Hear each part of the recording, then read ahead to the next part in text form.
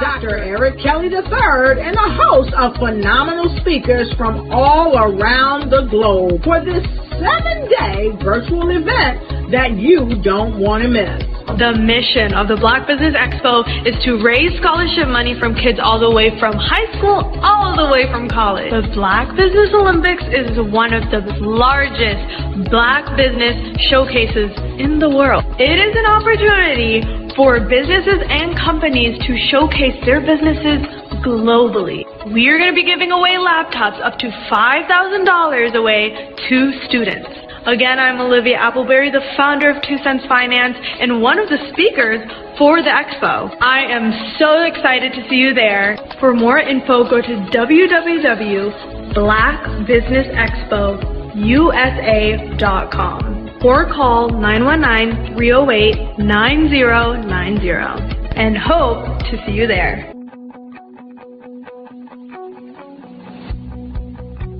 I am Black Business. From the moment I wake until the time I sleep. Yes, I am Black Business. I am Black Business. Tell me, are you Black Business? I am Black Business. Do you support Black businesses? Listen, I support Black business because I am Black Business. Black Business Expo, one of the largest business showcases in the history of Black business in the world. The world! Sign up today at www.blackbusinessexpousa.com or call 919-308-9090. I am Black Business. I am Black Business.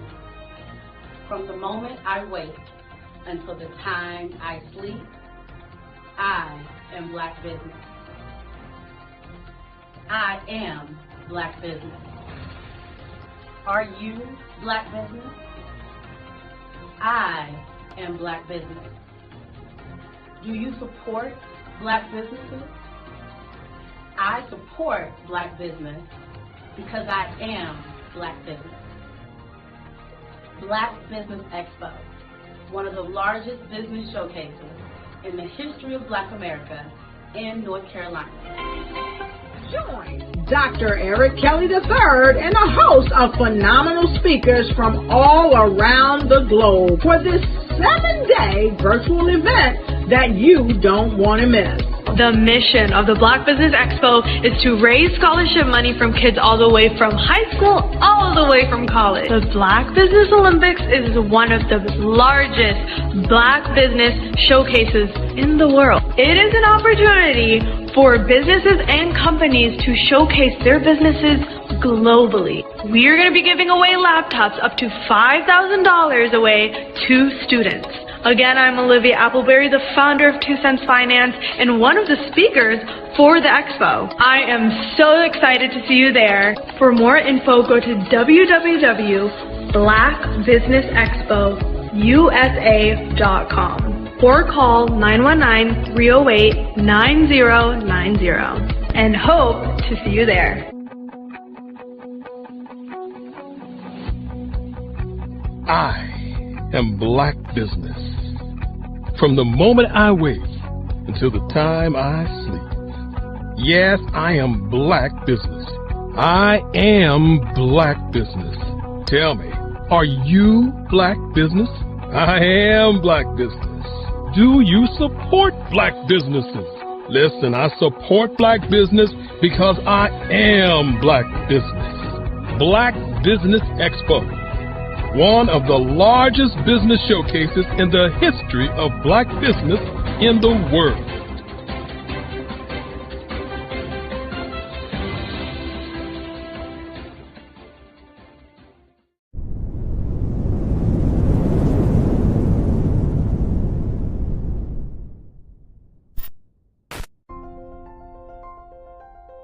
What if you could build your own city? A place where every child can find nurturing people to help them achieve their full potential. A place where every adult can access job training support, where health education is abundant. where social justice ruled the land. A place without limitations. Welcome.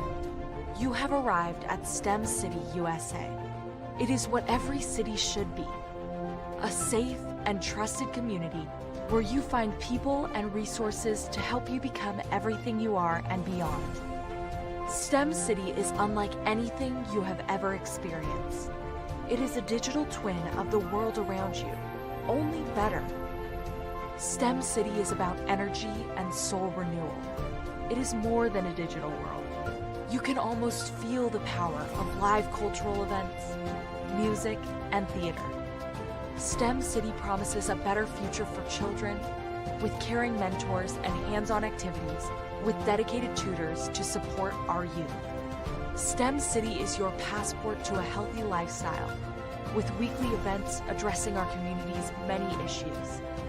STEM City is your financial well-being with helpful information on wealth management, career advancement, job training, and so much more. STEM City is the community you deserve. It is the city where your dreams can come true.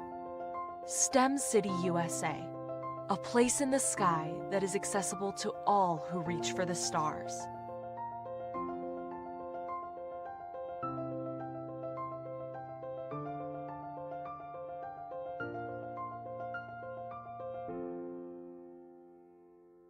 I was born in a little village on the island of Haiti.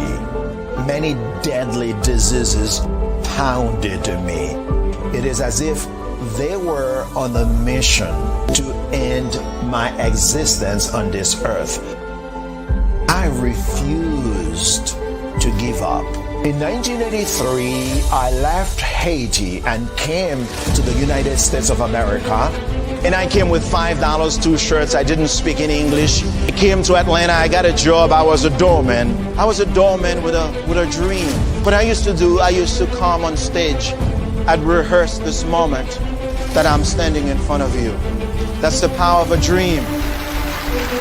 Maybe today is the day you begin acting as if you already have it. And then step out with full force. Take a risk. No condition is permanent. Don't let your situation distract you. You are chosen. You are called. You are born for a purpose in this life.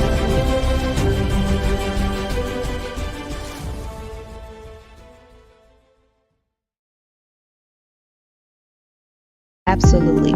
So our coaching program help people that have the lack of time, that lack strategies, and lack the confidence to go after their dream life. So we help them implement tools. We help them implement, I love to leave the inherited lack of finances or the education behind finances. But it wasn't until I lost my firstborn, my only son, that life changed for me. And where I was going after it all, living the corporate life, hitting my 6-figure income and living in my dream house with my dream man, driving my dream car. Wow. I nearly lost it all. Wow. When I lost my son. And so I realized it only takes one financial catastrophe that can change your entire life. That's what made me start All New Beginnings. Because no matter what's going on in life, there's a new beginning. And because of that, we develop a program called Wise Minded. My little slogan is, don't just dream it, let's live it. If they want to connect with you or work with you, what is the best ways for them to be able to do that? Well, for my social media guru, you can connect with me on every single social media platform as Tanya T. Morris. Sometimes you got to hear the news from the Black perspective, and more specifically, Black publishers. And that's exactly why you have to download the Hey Ty app, the largest mobile app delivering breaking news, videos, and podcasts from 200 of your favorite Black publishers. Yes, 200 Black publishers delivering news as it happens, literally all in one app. Go to HAYTI.com or download the app in the Google Play Store or Apple App Store. It's completely free, along with information that you can trust, so go check them out.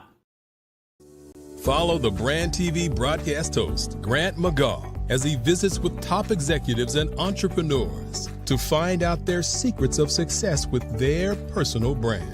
Follow the Brand TV broadcast host as he focuses on brand development to build better relationships, bring value to your business, relationships, and career. You will enjoy listening to each episode that is tailored to speak to you directly. If you're looking for this type of clarity in terms of building your brand, you have tuned into the right station. Each episode will help you to shape a conversation in the 5-star BDM network of 20,000 professionals and become a springboard for your corporate engagement and business opportunities. Each guest will frame their story in the areas of personal branding, business development, career development, financial empowerment, and technology innovation. Grant McGaw explains why he is the CEO and owner of his own professional career. Grant is an accomplished business leader and entrepreneur who wants to give back to individuals to grow their personal brand strategy. Tune in as he weaves his story about new possibilities, while to you exceed expectations. If you love storytelling, this show will make for fun.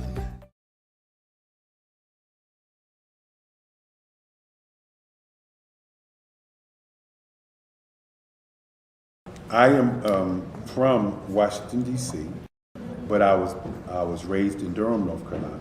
I came to Durham when I was about 5 or 6, and then I traveled back and forth to D.C. because it's where my people are from. One of the unique things about my family is my mother, she's also an artist. She does quilting, and she does a lot of artistic things, and then my son, he draws with both hands, his right hand and his left hand, like I do. So that's kind of a family trait. And then my other son, he's a videographer, and my daughter, she works, she's a regional vice president for Sunglasses. When you start out drawing and sketching, you want to continue to explore, each avenue. I do pastels, I do pen and ink, I do painting, I do acrylics. I haven't done oils yet. But I try to do all facets of art. What I say to a lot of times to people is, you can't put yourself in a box when you're an artist. You have to explore. And over the course of my life, I've tried to explore different mediums. I also do sculpture as well.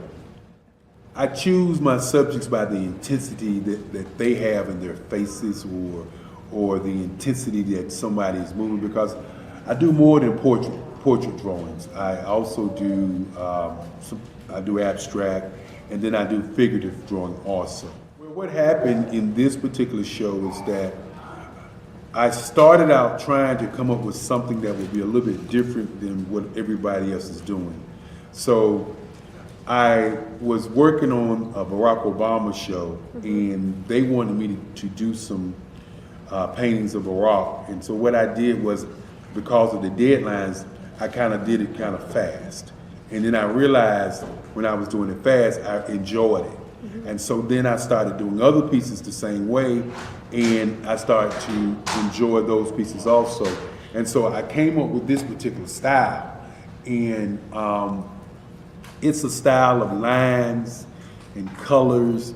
And what's interesting is that when I was in college, I did a show called Lines, Colors, and I talked about the boldness of the blacks, the hotness of the whites, and this is how this has come about, later on in my life.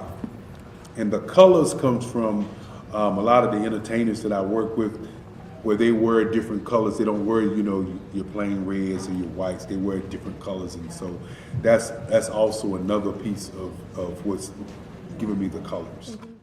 The subtitle of this show is Faces That Speak Life. That's real critical. Faces that speak life. Each one of these pieces is a life source and a life energy that's being put on display for people that are looking at it. I always say in terms of my art, it's not important that I draw them. It's important what you get out of what I draw. I don't try to just draw it because you like it. People wanted me to do prints. I didn't do prints.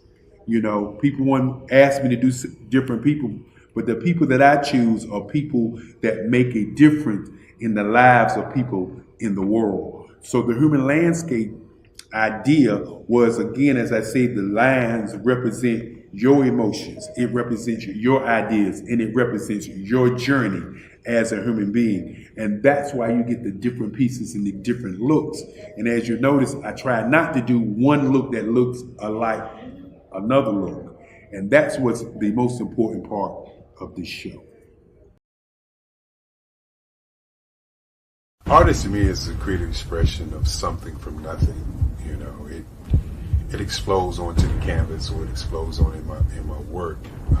One of the things that I try to do more than anything is I try to just give the lines and the movements and emotions and expressions into what I do. Art really means to me a chance to express how I feel deep down inside.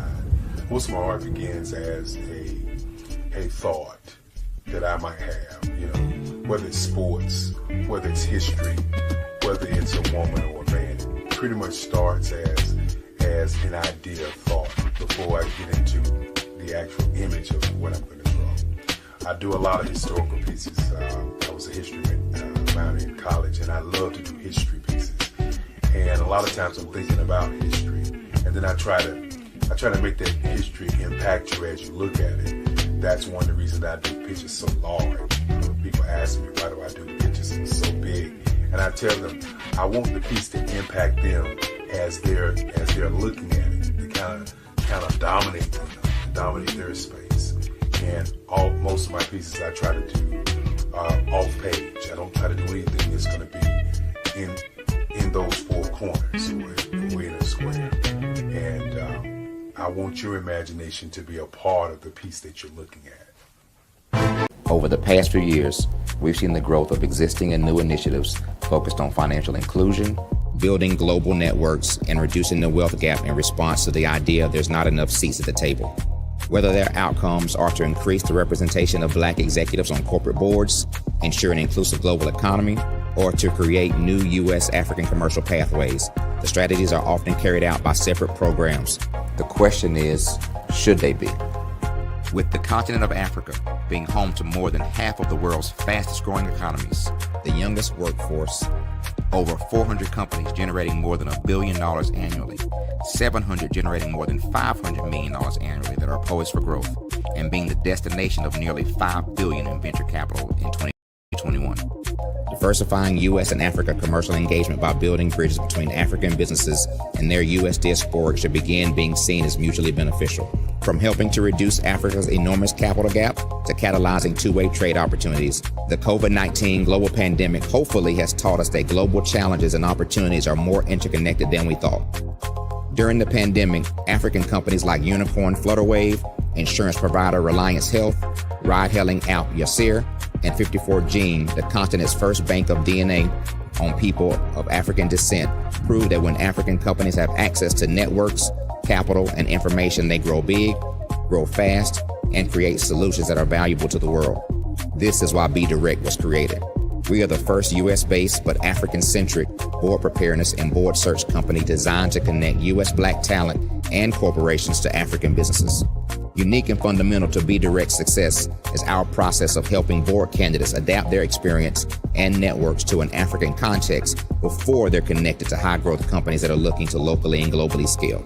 From our focus groups with African business execs and government leaders, we don't ignore the sentiment that business is easy, but people are hard. Having a pool of board candidates with hard-to-access networks and extensive experience across the business life cycle, including successfully raising capital, is table stakes for an initiative like this. So yes, we have that. But corporate or entrepreneurial success in the U.S. does not guarantee success in Africa. Developed alongside industry partners on the continent, our training program, Be Direct Prep, is designed to transpose their experience to create cultural comfort, understanding, and a commitment to helping businesses in Africa scale. Our board governance sessions are African continental and country specific, integrated with cultural awareness and dexterity training, masterclasses led by African industry execs, and mentoring and coaching from African continental-based facilitators. But even more unique to Be Direct Prep, we cap off our training program with an immersion trip to help candidates that have not been to Africa before see and feel Africa's complexity and opportunity from African soil. We all know traditional network-based board placement has historically left a lot of us out of ever really being in the paid board pipeline. Our strategy supports the work of many great organizations that are successfully filling seats at U.S. board tables by creating more tables for those that are still left on the sideline. It's time to start seeing the role and value of U.S. Black talent and businesses on the continent of Africa differently. Old perceptions and habits limit economic inclusion. Let's transition Black talent and the African businesses they will support from the periphery of the global economy to its core. Living in a global lockdown, we all know now how fast local and global economies can change and see the value of having businesses that hire, strengthen local value chains, and even grow globally. Status quo in any form holds back progress. We must democratize U.S.-Africa commercial engagement by socially and economically connecting cultures that have long been disconnected. It's time for Africa's U.S. diaspora to redefine their global value by helping African businesses scale continentally and globally.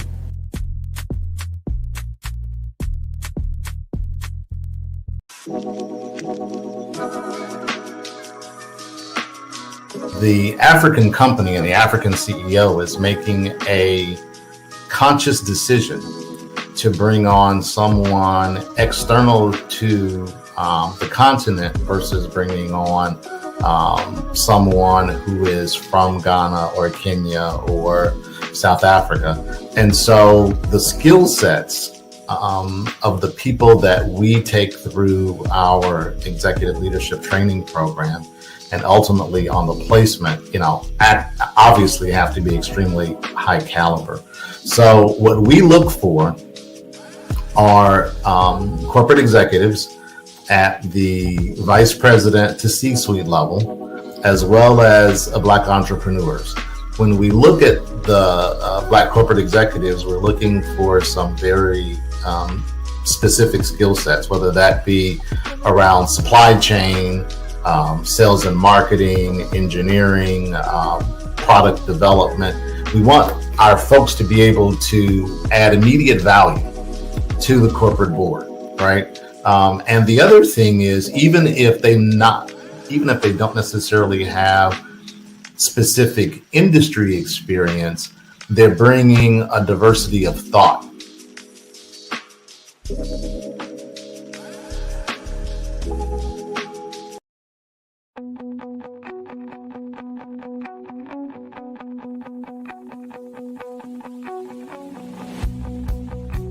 I am Black business. From the moment I wake until the time I sleep. Yes, I am Black business. I am Black business. Tell me, are you Black business? I am Black business. Do you support Black businesses? Listen, I support Black business because I am Black business. Black Business Expo, one of the largest business showcases in the history of Black business in the world.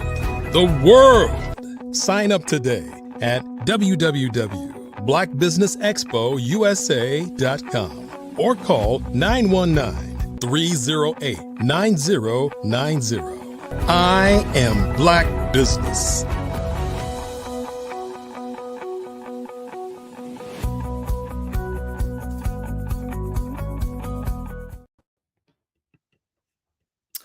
Good afternoon, business owners, entrepreneurs, thought leaders, and corporations. Welcome to the Black Business Network. My name is yours truly, Dr. Brandy Nicole, and I am your business moderator for this afternoon on the Black Business Network. The Black Business Network is a 24-hour business network showcasing Black businesses, Black business owners, entrepreneurs, and thought leaders worldwide. We have speakers from North Carolina, London, Singapore, Africa, Japan, and cities all over the United States. The Black Business Network is a global community sharing its business knowledge to empower, inspire, and educate businesses about business. With that being said, I am your speaker for the next few minutes. Again, my name is Dr. Brandy Nicole, and I'm going to be speaking to you about empowerment through entrepreneurship, leading as a Black business owner in the trichology and wellness industry. I've been in business for over 25 years, but being in business, I understand that it requires transition. It requires a shift. And so being in business, I decided to really shift from the beauty industry to more of a lucrative industry, such as the wellness industry. I own the Hair Clinic RX, award-winning on the Eastern Shore of Maryland. I also have a podcast, Trichology Talk, where you can find it on all major platforms, Apple, Spotify, and also Amazon Music, if you will. But again, I want to talk about the empowerment through entrepreneurship, leading as a Black business in the trichology industry, building a legacy of health and confidence and community.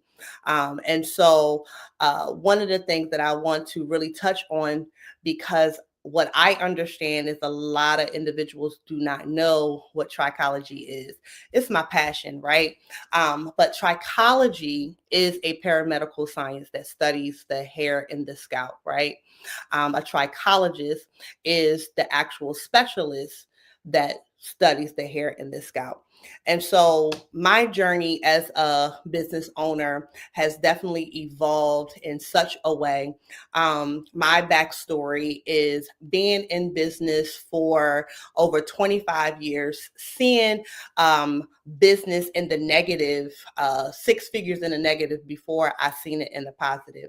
And what that means is that I started out on this journey as a beauty entrepreneur, of course, having that passion of wanting to own my own salon. However, opening up my first salon had yielded me a lot of pain and trauma by connecting with a investor who calls me six figures in the negative. And what that means is just not being able to properly do business, not having the right contracts, not really knowing the legalities behind dealing with an investor. And so it actually put me in the negative $189,000. That's a lot of money to start out, especially when it's your first business. And then, and as I said, it was trauma, right? But nevertheless, I understand my passion. I understand pursuit. I understand operating in my faith and knowing that no matter what I go through, I just know that all things work together for my good.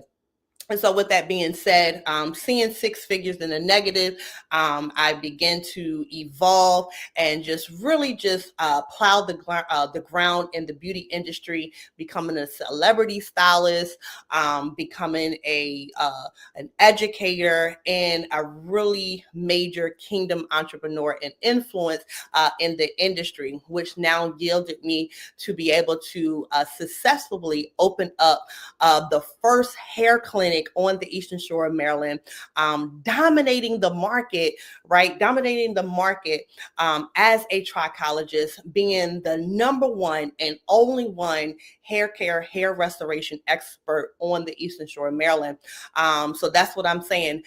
Turning, evil into good. You know, what the enemy meant for evil, definitely God turned it around for my good. And so that is the highlight and challenge of my entrepreneurship journey. And of course, I have so many other stories, but I like when I'm getting on multiple platforms is to share the highlight of the backstory of the challenges of being an entrepreneur, right? Because one of the things that we have to learn is being transparent in our journey, because we know that being an entrepreneur is very, very challenging, and it takes a grace.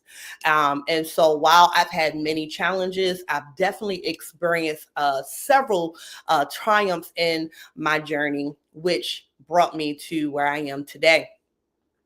And so what I would like to talk about is the power Secondly, is the power of Black entrepreneurship, right? Let's talk about the economic impact. Black-owned businesses contribute significantly to the U.S. economy. We know the power of the Black dollar, right? We know that this economy cannot really function with our Black dollar. We have that power. And so what I want you to take away from today is to know and understand that not only do we have the power, but we have the authority to shift the dynamics of an economic system, right? We have the authority to really make a change in the impact. And so as a community, we must know and understand how to be able to come together as one, unity, love, right? And not really focus on the systemic of racism, but focus on our power as a community, right? And so entrepreneurship is a tool and should be a tool as far as building generational wealth. Come on here now. And so generational wealth, we know that is very, very important. And this is why we're speaking about legacy, because that's my overall goal, to be not just the number one hair expert in the industry for what I do as far as a trichologist, but also leaving a legacy for my children and grandchildren. Now, let me tell y'all, I know I don't look like it, but trust and believe I am a grandmother. And so I have 3 grandchildren that I have to live for. And so not only am I living for my son and my daughter, but I'm living for the 3 grandchildren that my children decided to bring into this world. And so what I want to leave is a legacy for them to really understand that Yaya, because I don't do the grandmother, but Yaya has definitely plowed the ground for us to be wealthy and to be successful in the future, right? And so entrepreneur is definitely a tool to build generational wealth. Now, why does representation matter? The representation of the African American community, reason being is because as Black business owners, we serve as a role model, right? And we create opportunities within our own community. And so here's the thing. We don't want to continue to complain and really talk about what is going wrong. Let's be a part of the solution, right? We do all things well when it comes to complaining, but yet we lack in coming together as one and really becoming a solution. And so our goal on this network is to really inspire and impact the entrepreneur community as a Black community to be role models and to create not just opportunities, but create the wealth, create jobs, and create a network of unity. Now, there are some overcoming barriers that we have to filtrate through and things of that nature, such as funding. We know that funding is definitely an issue, especially in our culture. I remember several years ago, matter of fact, during the pandemic, I had the privilege to actually go to E. Carnell University and to really study women entrepreneurship. And one of the major keys that we learned in class was understanding that not only being a woman really affects whether or not we get funding, but being a Black woman.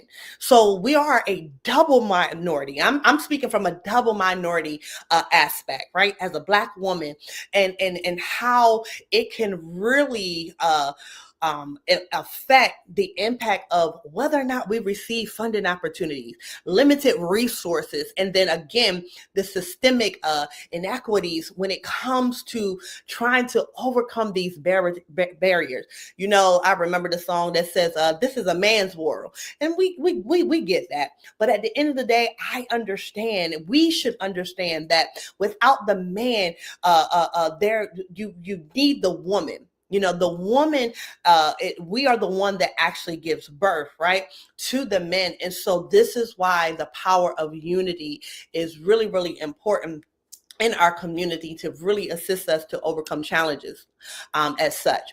And so there needs to be an importance of having resilience and being able to adapt to the changes. And even though there is a systemic inequalities when it comes to being a minority, nevertheless, we shall learn to be able to thrive in spite of the adversities that we may experience in our entrepreneurship journey, and definitely providing community support. So I'm really big on that.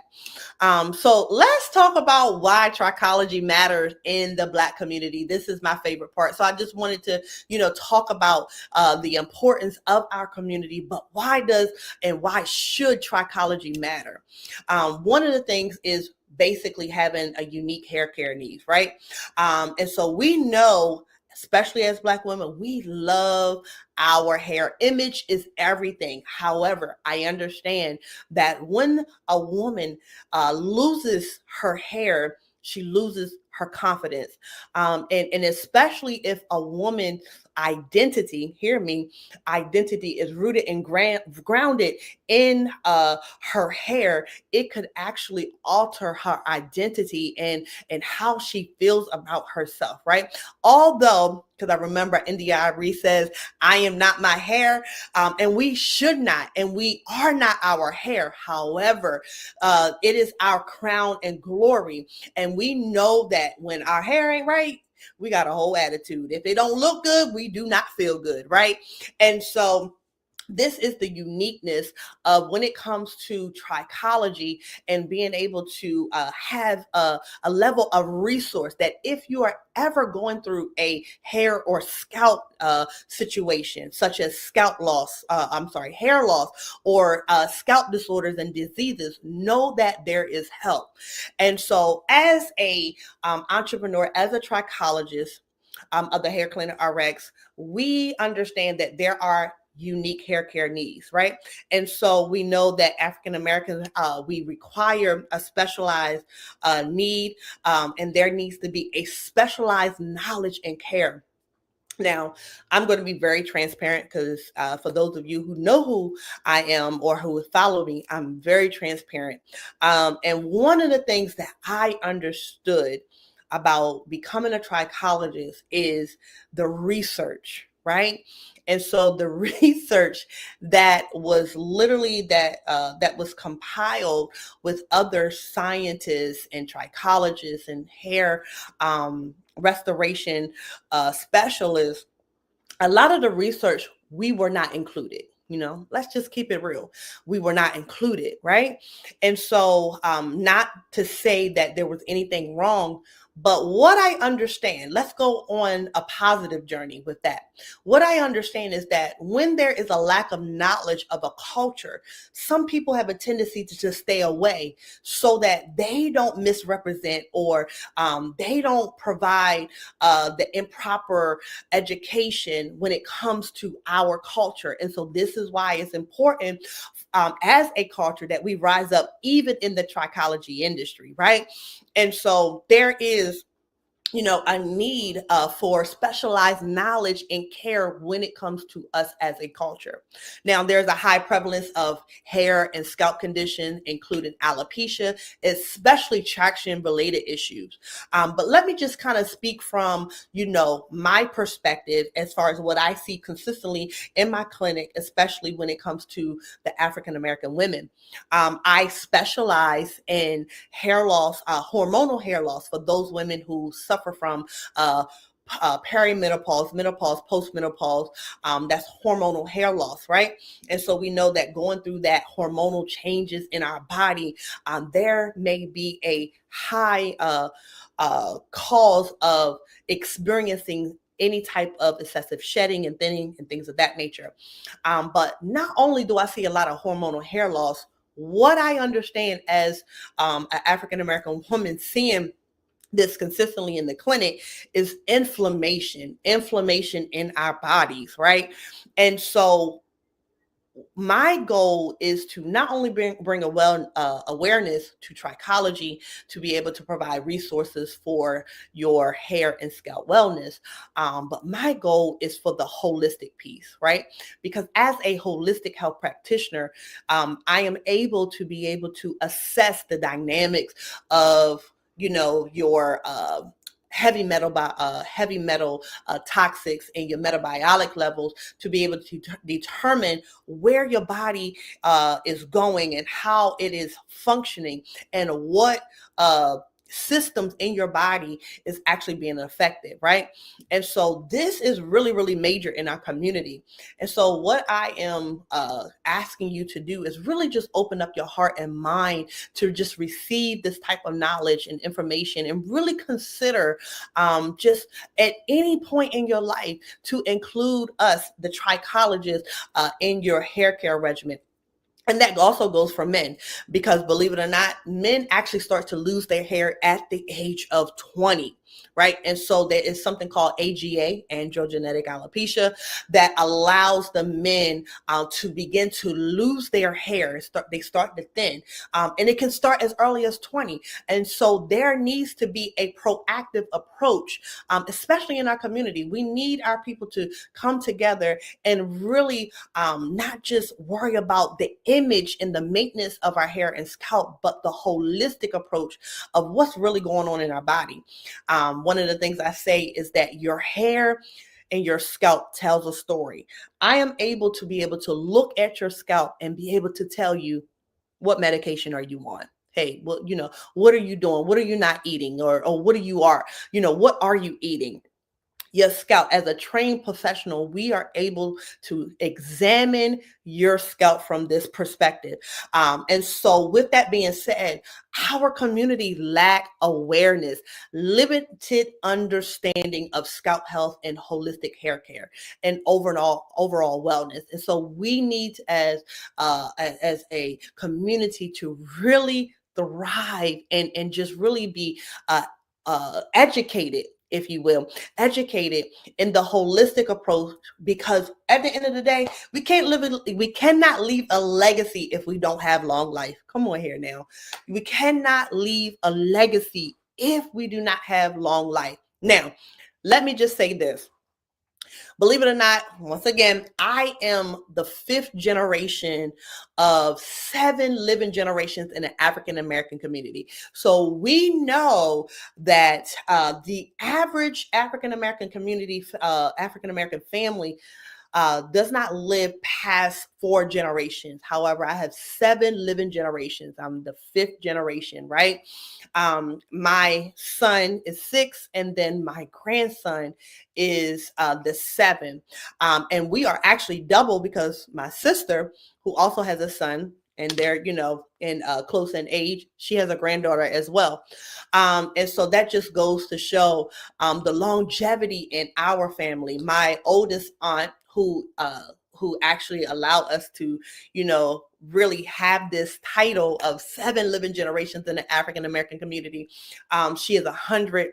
I think she's 103. If I don't, yes, she's 103 or 104.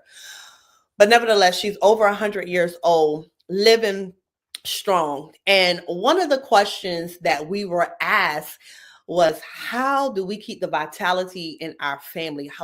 What produces longevity in our family to be able to have 7 living generations? And the key thing was the fact that my great grandmother, who is still living today, all she did was literally walk. She walked every morning. I never forget, as a little girl, my grandmother, as I was getting prepared with my, getting dressed with my grandfather, she would go out and take her morning walks. She would get up. She would have her morning prayer. She would read her word. She would have her, her tea, and then she would go on her morning walks. And she did this every morning. It did not matter. She did it every morning. And so just the movement and, that cardio, that just extended, I believe it extended the years, and to be able to provide the longevity of life. And so that's what we are about. So as trichologists, we're not just, hair and scalp wellness, but we are definitely health, holistic wellness. We're worried about the whole approach of how your body is functioning. And so this is why this is a cultural significance. Why? Because of the fact that our hair is, again, I said it earlier, is a symbol or symbolic of identity. It's symbolic of beauty and empowerment. It is nothing more beautiful than a woman expressing herself through the power of her hair, right? As you can see, I wear a nice short platinum blonde cut. For those, again, who know me, that's how I love to rock my hair. That's what gives me confidence. That's what allows me to walk in a room and just own the room, because of, that's my personality. That's part of my identity. But you as a woman, you may have, luxurious locks, or, that beautiful, natural, curly hair. No matter what the texture, no matter what the type, the color, the length, doesn't matter. It's all beautiful. This is our culture, and we just need to learn to embrace that. Okay. And so, yes, hair is the symbolic of our identity. And though it should not be who we are, it should be a part of who we are, the beauty and the empowerment in our community. And so, again, our role as a trichologist is to be able to provide the proper education, customizing solutions, and having a holistic approach to your hair and scalp health. That's really important. And to let you know, I am such a science geek. I'm that science geek that I love quantum physics. I love biology. I love chemistry. And oftentimes we don't really hear our culture of women or men saying that they actually love a subject such as science, because, right, science can be very, very complex. But nevertheless, I just feel as though that when you have such a great love, it's a grace. And so I believe me loving science is a grace, which is why I went into trichology, because of the fact that it's a combination of my love for science and my love for hair. And then the creative part of me, as a hairstylist, just to be able to just maximize and just, pair that all together is such a beautiful experience for me. Now let's just talk about how to, what it comes to building a business, right? Building a business. So each entrepreneur, so, even though I'm speaking from a trichologist perspective, I feel as though that these steps of success can definitely encourage you and just push you in the right direction of really succeeding in business. Because at the end of the day, that's what we want. When we become entrepreneurs, we want to be able to thrive and strive for greatness and excellence, right? And so some of the steps that I'm going to share with you today is gaining specialization in training and certification. So it does not matter whether it's trichology. I know I'm speaking a lot about the beauty industry, but I also do a lot of business coaching, right? And so getting that specialized training and certification in business, in branding, in marketing, right? Investment. If you're in the financial industry, investing in real estate, there's so many steps of success that you can take. But what you want to do is definitely be marketable by getting that specialization in your training and certification. Another thing is just really understanding your target audience and their unique challenges. So for myself, I can tell you, just again, being transparent, one of my things were when I started my trichology business, it was very broad. Oh, I want to help everybody with alopecia. Now, that may work, and you can throw spaghetti on the wall and it will stick, but for a moment. But what I understand is understanding a niche market, right? Having a niche specialization and a target audience to be able to attract. Now, Just because you have a target audience, it does not necessarily mean that you can only service those individuals, right? That doesn't mean that at all. What that means is that I am taking my solution and I want to target, again, the unique challenge of a target audience or of an individual. So instead of worrying about more of the demographics, now this is the business coach coming out of me. Instead of more worrying about the demographic of your audience, you want to understand the psychological aspects, the physiology of your target audience. How does your person, right? How does your person thinks? What does he or she do? How does he or she moves? How much is he or she willing to spend? What is her credit score? Believe it or not, that makes a difference, right? And why? Because if you are a premium business owner that offers premium service, such as being a trichologist, right? You want to know if your target audience can really afford your services. And so, yes, their credit score matters. Why? Because that level of accountability shows their level of responsibility in their finances, which means that no matter where they are in their life, whether they're retired or they're working a job that's $10 an hour, it doesn't matter. What matters is how they steward their money. And so when we look at the business aspect from that perspective, then we'll be able to shift the dynamics of the success of our business, right? And so just again, understanding your target audience and their unique challenges. Also creating a business model that incorporates education, services, and community outreach. Now, I love education. I love all things education, right? And so the thing about it is, one of the things that I will say is, whatever it is that you choose to do, you want to definitely have an educational aspect. Why? Because that opens up doors for speaking opportunities, right? Just as I am here today, having an educational aspect to my business allows me to go wherever, I am called, right? To really function at the highest level of myself, the highest version of myself, to get on stage and be able to educate you from any perspective, from confidence in business to ministry in the marketplace, dominating the 7 mountains of influence of how to be, a successful kingdom entrepreneur, to being, in the beauty industry, and then creating a 6-figure trichology clinic. That right there, because of, your level of education and you pouring into yourself, what you need to do is re-involve yourself and be able to pour out into others. So incorporating educational models in your business model to be able to open up doors of opportunities. And especially services, and then incorporating community outreach. Ladies and gentlemen of the jury, we do not go into business to make money, right? That is the byproduct of the success, right? While we want to make money and we want to make sure that we're in the black, not in the red, but nevertheless, at the end of the day, we want to go into business to solve a problem. Because if I focus on solving your problem, guess what? The money's going to come. And so it's all about mindset. And so this is why it's important to really create that business model. Okay.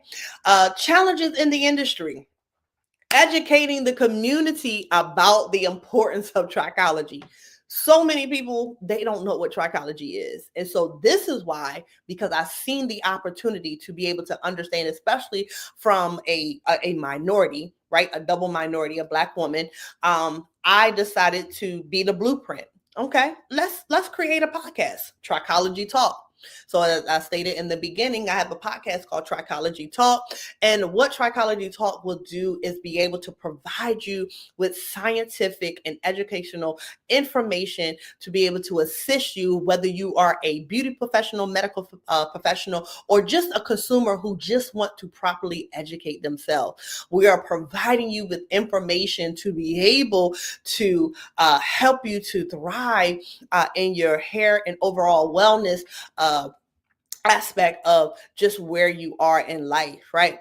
And so just being able, again, I can't stress it enough, educate the community and the importance, right, of your business. And in my regard, the trichology business, the wellness industry. Competing with mainstream, right? So competition, yes, we're going to have competition, right? Because there needs to be a competitive edge. This competition is actually good. If we look at it in a healthy form, we can see it from the perspective that what it does, it gives us a different perspective to be able to provide a same or the same or a similar service of someone else, but with our own twist, with our own vision, without moving into stealing other people's clients and things of that nature. I have a hashtag that says hashtag collaborating to millions, because I understand the power of collaboration. Collaboration will allow you to not actually have accountability, but it will give you, it's almost like that iron sharpened iron, right? And so that's what we want to do. And so be able to really capitalize on collaborating versus competing in business. And so in my industry as the trichologist,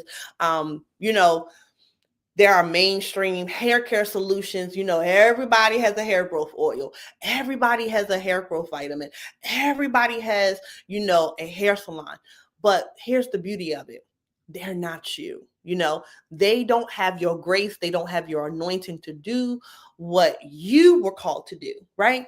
And so at the end of the day, it's just understanding where you are, understanding that we need that competitive edge because we need to know what we're working with. But at the same time, have that level of transparency and creativity to be able to do what we need to do. Okay. So I want to close out with these remarks because just again, I just hope that I've said something that really kind of motivates you, inspire you, or kind of make you like, oh, wow, this is amazing. Never knew anything about this. My goal is to bring awareness. But overall, 3 points that I want to leave with you. As a business owner, we are not just running business, especially Black business owners. Let me say that. As Black business owners, we are not just running businesses, right? We are shaping the futures and building legacy and empowering our community. If we're not empowering our community, what are we really doing? We should never, ever magnify the problem more than the solution. And so at the end of the day, we need to operate in our grace and our gift and really own who we are, understand the power of who we are as a Black business owner. Second point is hair is our crown, but health is our foundation. Let's create a future where both are actually celebrated. Yes, it is okay to have the image of just loving your hair, loving your locks, and just wearing the makeup and the lashes. I don't, that doesn't bother me. But what bothers me is that when we put specific things such as our image over our health, right? Our health should always be the ultimate foundation of why we thrive and succeed, especially in our community. So let's create a future where they are both celebrated, right? And last but not least, I definitely want to thank you for just tuning in, and definitely want you to just connect with me. You can connect with me on all major platforms. I am Brandy Nicole, Nichole. I am Brandy Nicole. Well, thank you, Brandy.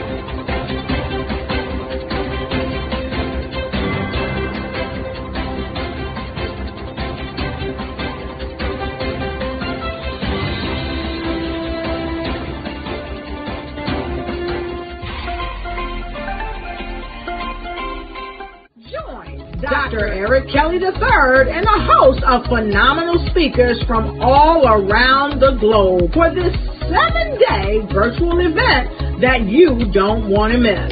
The mission of the Black Business Expo is to raise scholarship money from kids all the way from high school all the way from college. The Black Business Olympics is one of the largest Black business showcases in the world. It is an opportunity for businesses and companies to showcase their businesses globally. We are going to be giving away laptops up to $5,000 away to students.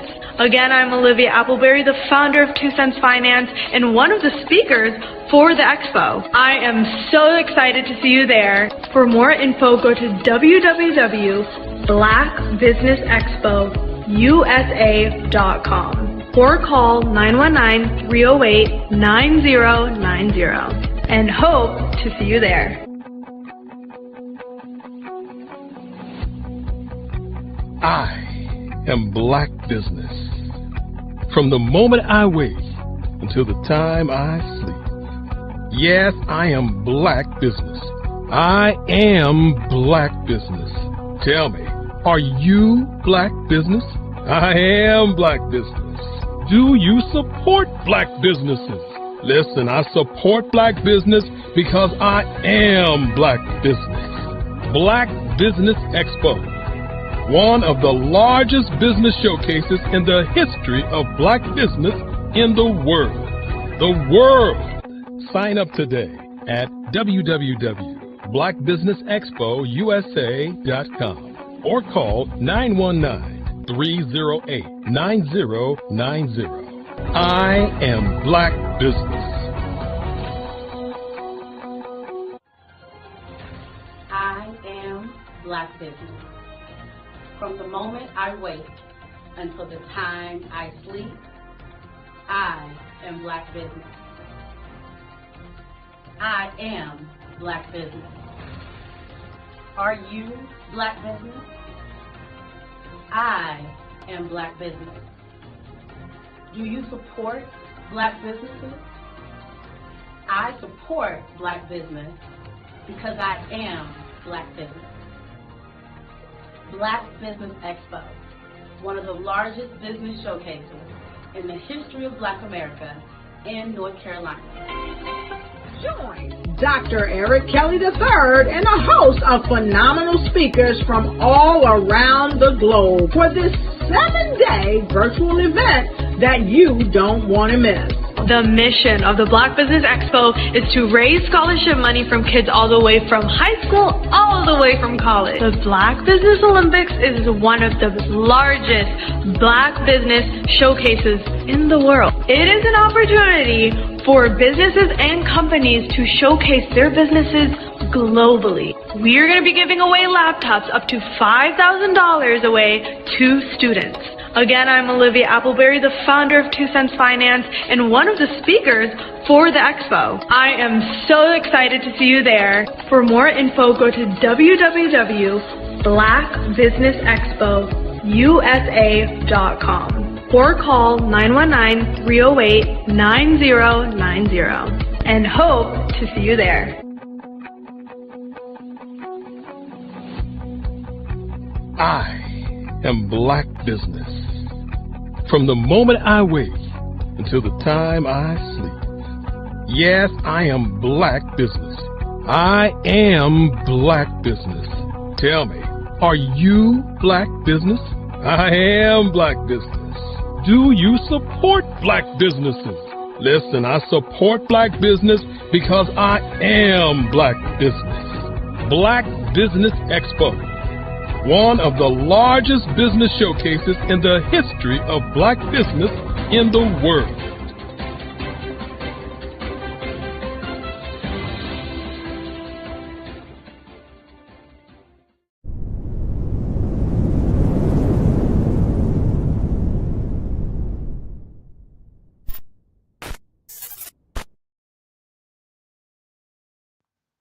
Genius is common, and my genius is nutritional strategy. I am Shawnee Smith, the owner and creator of Can Do Spice. Can Do Spice was created because I knew that adding herbal and mineral supplements to my diet did not have to be boring. In fact, because I'm a food enthusiast, I knew I could create something flavorful and explosive that also had the benefit of adding herbal supplements such as sea moss, bladderwrack, burdock root, and black seed, just to name a few. I invite you to take this journey with me where we come together and take control of our nutritional health. It is my way of sharing my genius, the gift of flavor and the healing power of herbs to the world. What is your genius?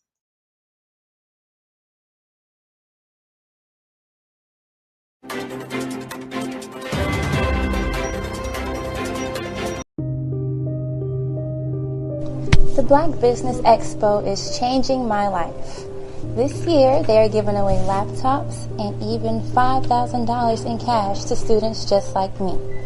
I'm Alexis, and I want to go to college to fulfill my dream of becoming an entrepreneur. Help the Black Business Expo going to www.blackbusinessexpousa.com and also becoming a vendor, a sponsor, or donating.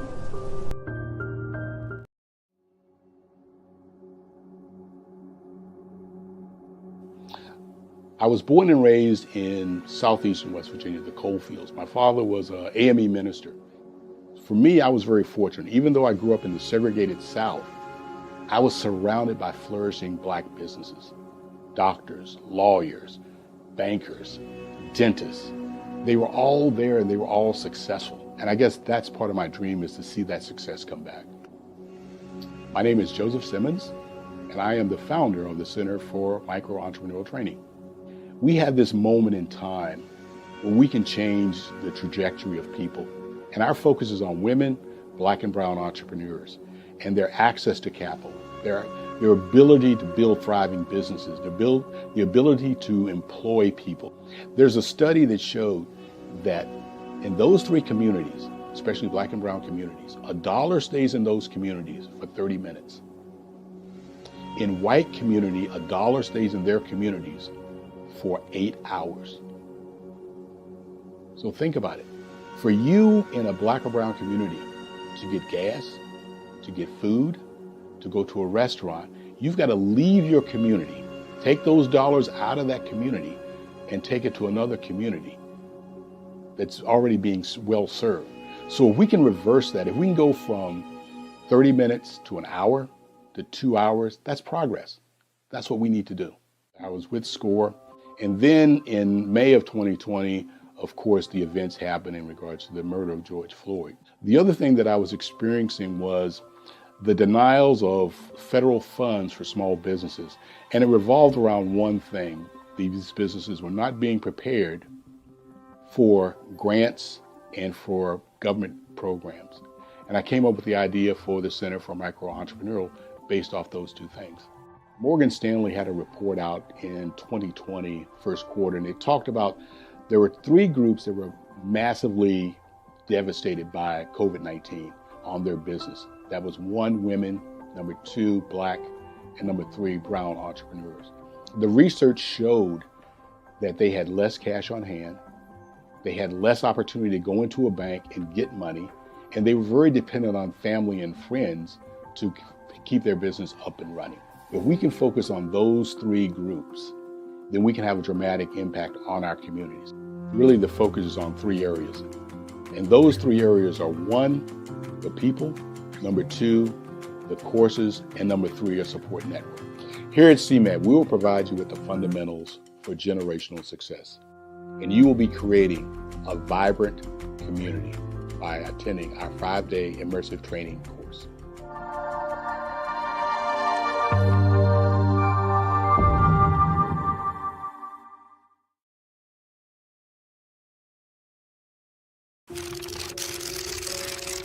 Bravery is not the absence of fear, but the ability to overcome it. We stand for those who defy suppression, who speak out, and those who walk the road less traveled. Everyone deserves to be seen and their voices to be heard. We're sparking a movement, growing a community of creators united by the desire for freedom, choice, equity, and ownership. At Fanbase, it's all for one and one for all. We support each other to guide, promote, and uplift you in a place where you can unapologetically be yourself. A place where your voice, ideas, and creativity are not just welcomed, but celebrated. We are Black founded, minority funded, and supported by a diverse, inclusive, powerful community that believes in the strength of authenticity and individual choice. Regardless of success or background, we welcome you. The marginalized, the underappreciated, the successful, the superstar. We're for all who seek a space to express themselves freely, where they are rewarded for being their authentic, true self. We transcend labels because only we have the right to define ourselves. We are built for the brave, the culture, the creators, and for the future where everyone has the power to shape their own destiny, where all are empowered, voices are amplified, and freedom is embraced. For the first time, you have a chance to own the platform you helped make popular.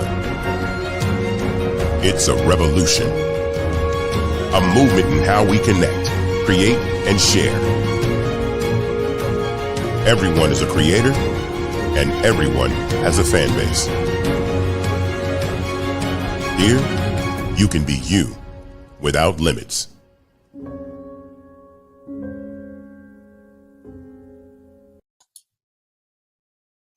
Hi, I'm Barbara Smith. Genius is common. My genius is executive coaching and professional corporate training. As the master executive coach and corporate training ambassador for the Genius is Common movement, I help business owners craft their stories in such a way that you know exactly what they do, what they have, and what they bring to the table. Many times as business owners, we are asked, so what do you do for a living? And we could be crushing in our businesses, but we're not quite sure exactly what to say in a short amount of time. Well, I help you take those stories that are the reason why you're in business and why you're so passionate about your business and craft them in such a way that people are drawn to you, as opposed to being repelled by you. Because every conversation, every time you talk to someone about your business, you are excited about it. But are you really conveying what you do, what you have, and what you bring to the table? And do really people understand why you care so much and why they should care that you have the solution to their problem? Well, I'm here to help you with that. As a master storyteller, I can help you with your stories and spin them in such a way that they are intriguing and fascinating. People want to listen to you talk about your business.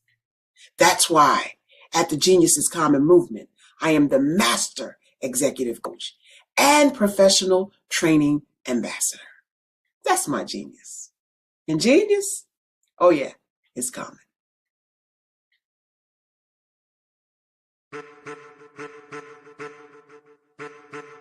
Hi am a child of the Most High God. He has gifted me in ways that I could not even imagine and didn't know.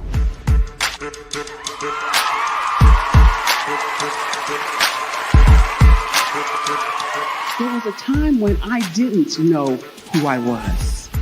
I listened to other people tell me who I should be, what I should do. I listened to people telling me that I should be a boutique owner, that I should be a construction manager, that I should be a laborer.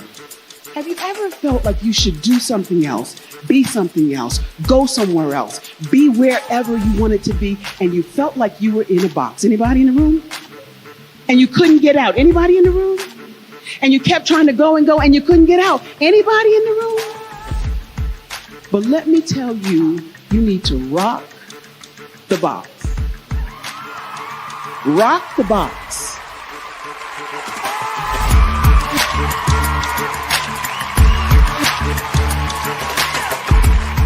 I am engaging, inspiring, and empowering.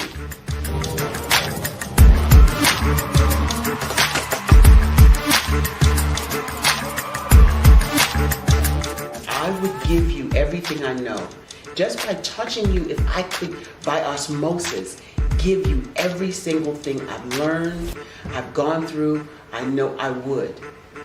We know that's not possible, but as it is possible, I love to share information with people. Some of you out there, people have told you that you can't be, you can't have, you can't do.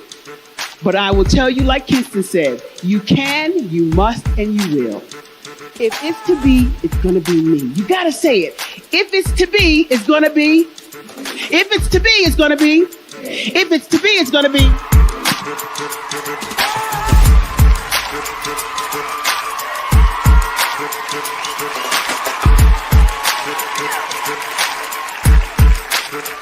Barbara is because she believed what her mama said about her and not what other people told her. Every day you wake up, when you're in a situation, it's your choice whether it's an advantage or the disadvantage. She gained her confidence and her life, and now she is a testimony. If I can help you elevate yourself, then I feel like I'm elevating my own self as well. What you know and I know together can change the world.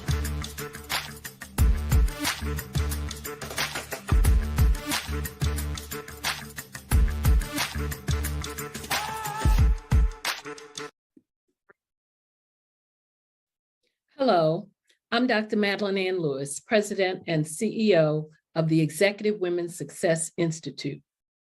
And my genius is helping women accelerate the path to success.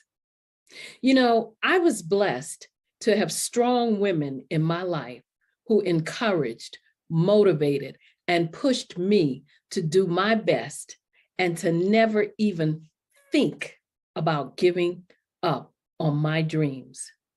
So I say to women, we must show up to rise up. We have talents and potential, but who will see them if we don't speak up and get noticed? I know that women are a tremendous resource on this planet, and there is nothing more fulfilling than helping a woman tap into her full potential. I do this because I want to be a part of helping as many women as I can to show up, to rise up. I do this because genius is common.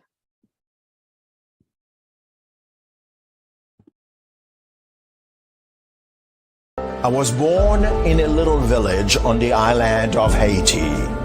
Many deadly diseases pounded me. It is as if they were on a mission to end my existence on this earth. I refused to give up. In 1983, I left Haiti and came to the United States of America. And I came with $5, 2 shirts. I didn't speak any English. I came to Atlanta. I got a job. I was a doorman. I was a doorman with a dream. What I used to come on stage. I'd rehearse this moment that I'm standing in front of you. That's the power of a dream. Maybe today is the day you begin acting as if you already have it. And then step out with full force. Take a risk. No condition is permanent. Don't let your situation distract you. You are chosen. You are called. You are born for a purpose in this life.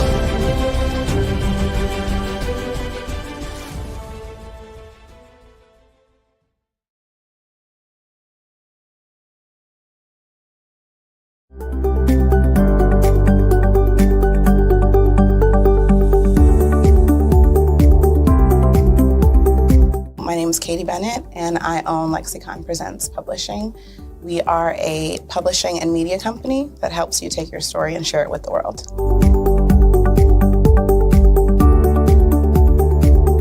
You know, for a while, I just had my family telling me to just hang it up, get over it, you know, and I had no support. And it was in your program that I really understood the necessity for having that help, having that support. And so now I actually feel like a CEO as we scale, as our clientele changes, as my company is opening doors for other people to, you know, take care of their families. It's just completely changed from just a mom who was publishing books.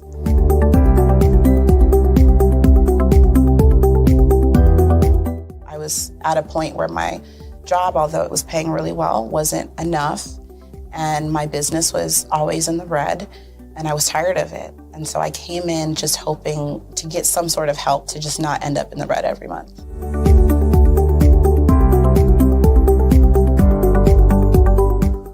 Ooh, wow. Okay, so there was one in particular, I cannot remember his name, but he asked me, he said, why are you in business?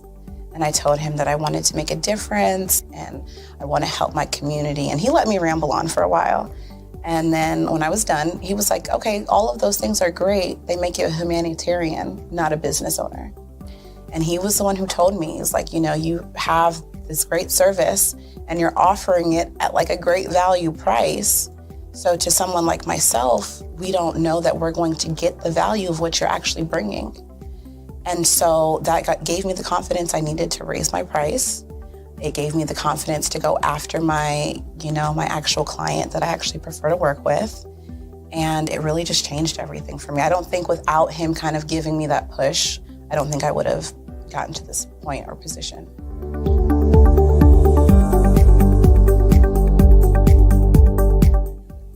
Wow, the benefits is just having a coach that holds you accountable. They set goals with you. That's been my favorite part. She has amazing experience, you know, and so she brings her strategies and her ideas, and she helped me narrow down, what services I actually wanted to offer, how I could actually continue to offer it, how many clients at one time could I have. All of the information that she's given has just really transformed my entire company. And so I know I would have never gotten to where I am today and having some of these partnerships that I'm, having now without her help.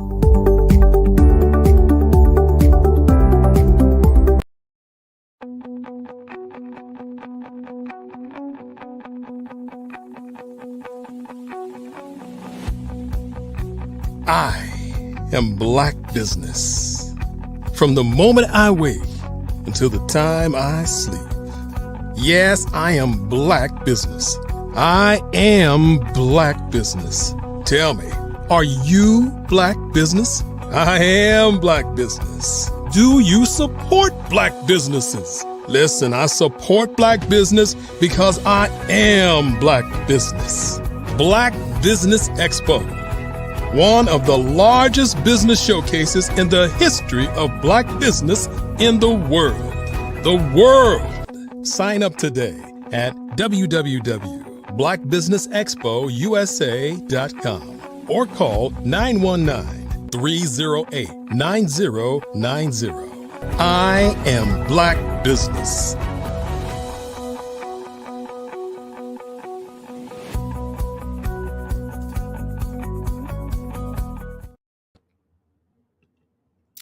Good evening, everyone.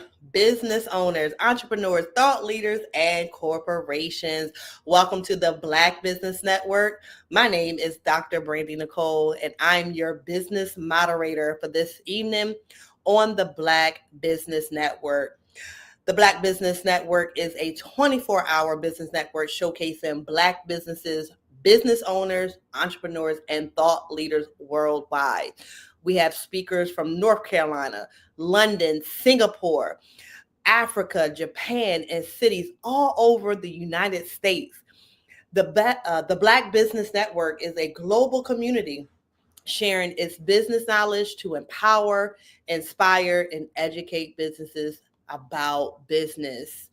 On this evening, our first speaker on tonight is Roger Davis. And let me just read a little bit about him.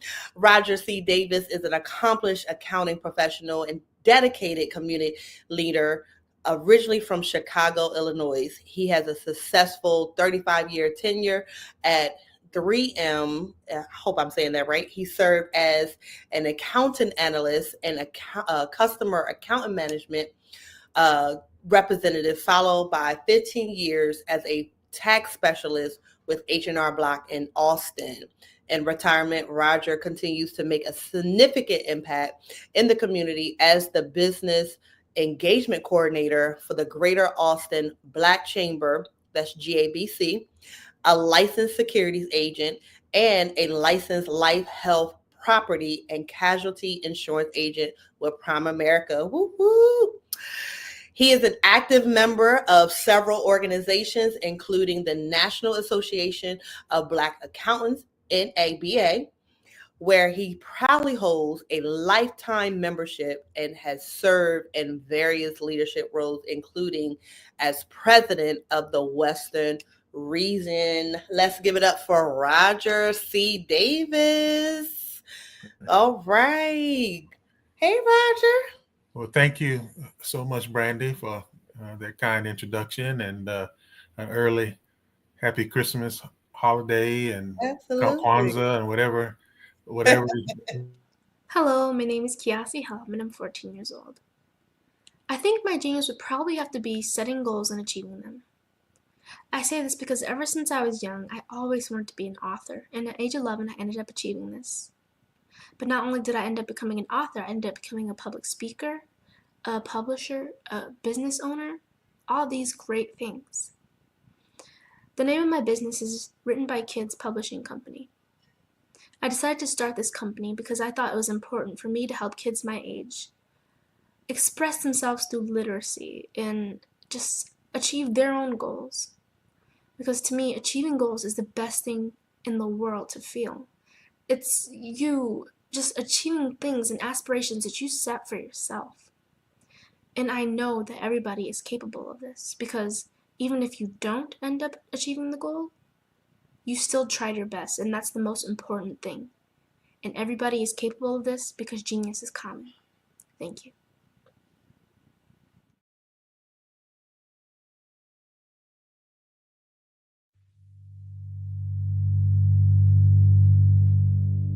So what we have to do is when we get in the spot, we need to create some spots for us. That's the main thing. We need to be able to be in a position where we're able to create those spots for us.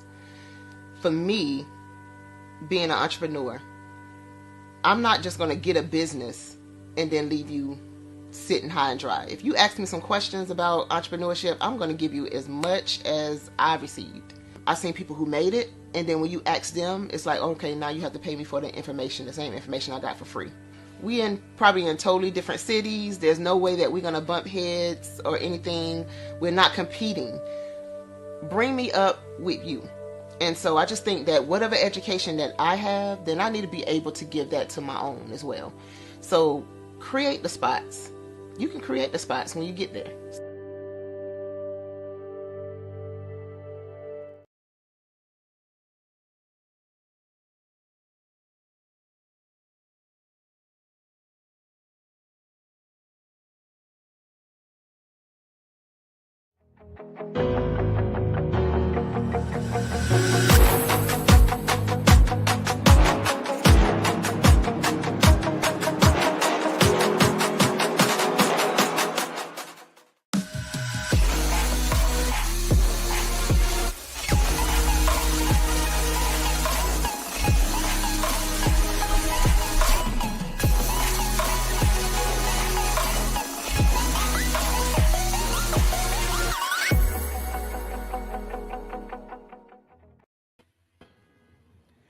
All right, and we're back. So, Roger, I have a couple of questions for you. Can you share your journey from Chicago to Austin and what prompted you to move, as well as what inspired you to pursue a degree in accounting? Well, the journey, I guess, originally started in my high school, and the school I went to, Lindblom Tech. They had rooms where colleges could come and present to students, and after my dad took me to a HBCU game at Soldiers Field, I didn't even know HBCUs existed. You know, historically black colleges, and it was a great experience. And then not soon after that, Florida A&M was one of the presenters at my school, and you know, I had got accepted at some large white universities that would have probably done a good job training me as well. But in my mind, hey, I can get a great education in accounting and business and be around good-looking black folk like yourself. That can't beat that deal. So when I got accepted to Florida A&M University, from Chicago to Florida, you know, and instead of having 3 to 6 months of cold weather, just having 1 month, that was a great deal. I enjoyed my time, and the time there, because of the reputation of Florida A&M, FAMU with business, companies from all over the nation were recruiting the students there. And you know, when you know, and that's some side advice I would give to anyone who says, you know, should I consider an HBCU? They're great schools. Yeah. But but one thing I like to say is, if you don't only want to work in that state, go to the HBCU that's known for the discipline you're going into.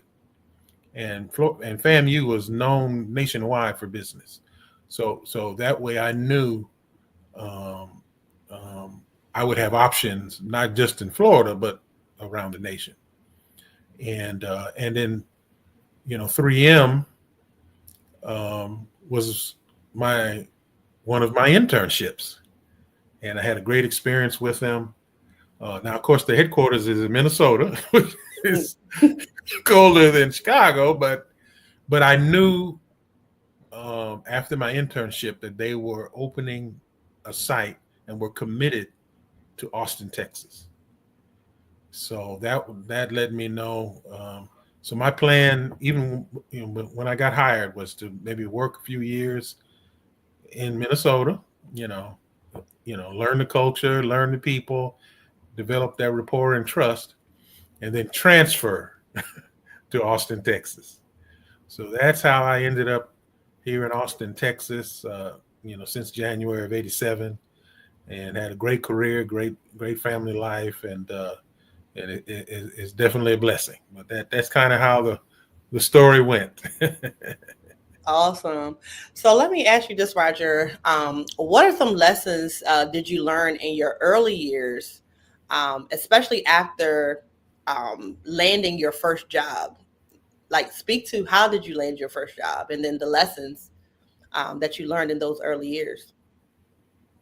Oh, it's a lot of them, that's for sure.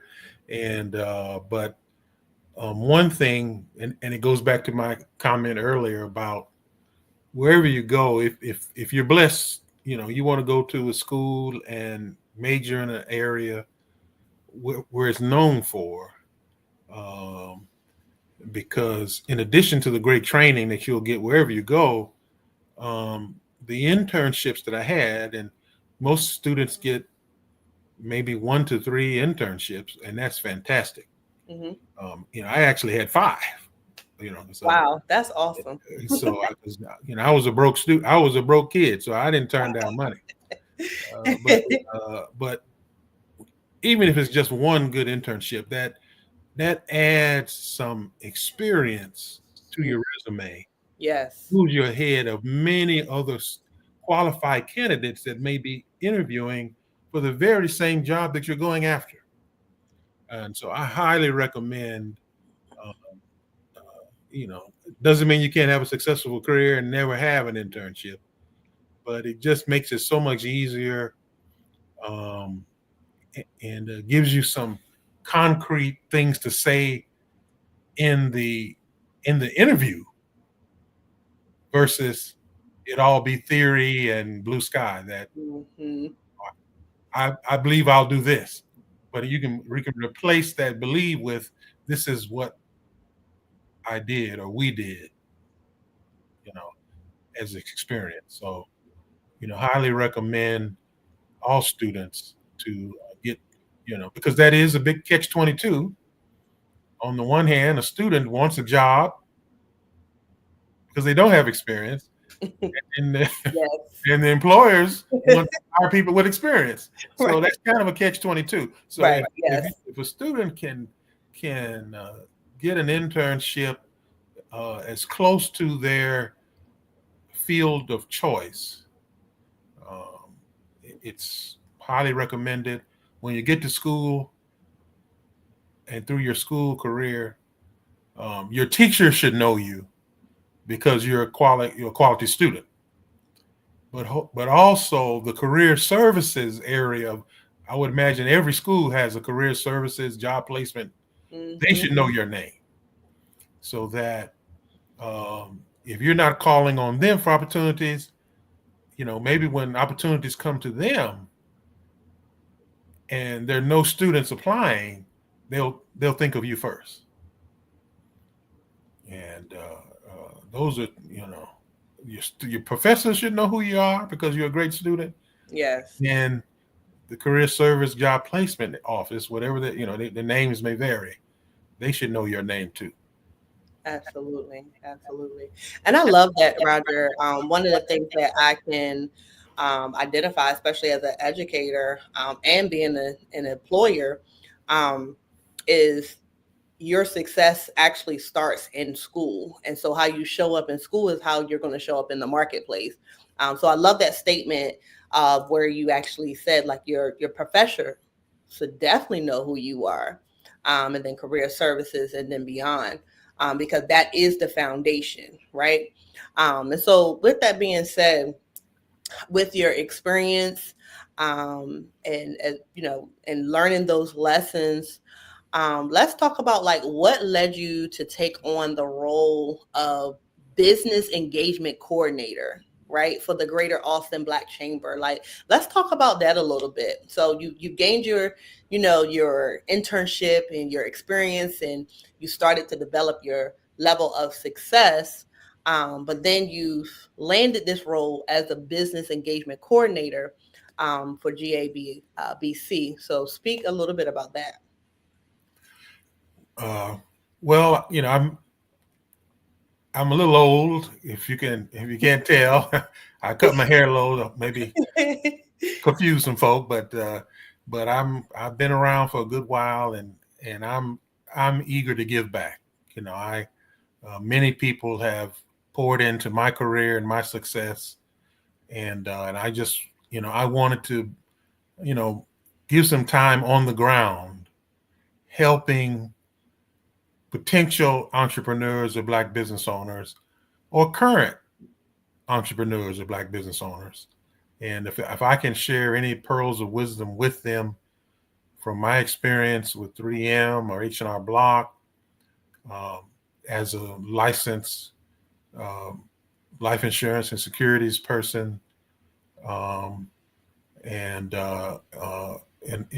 also a founding member with the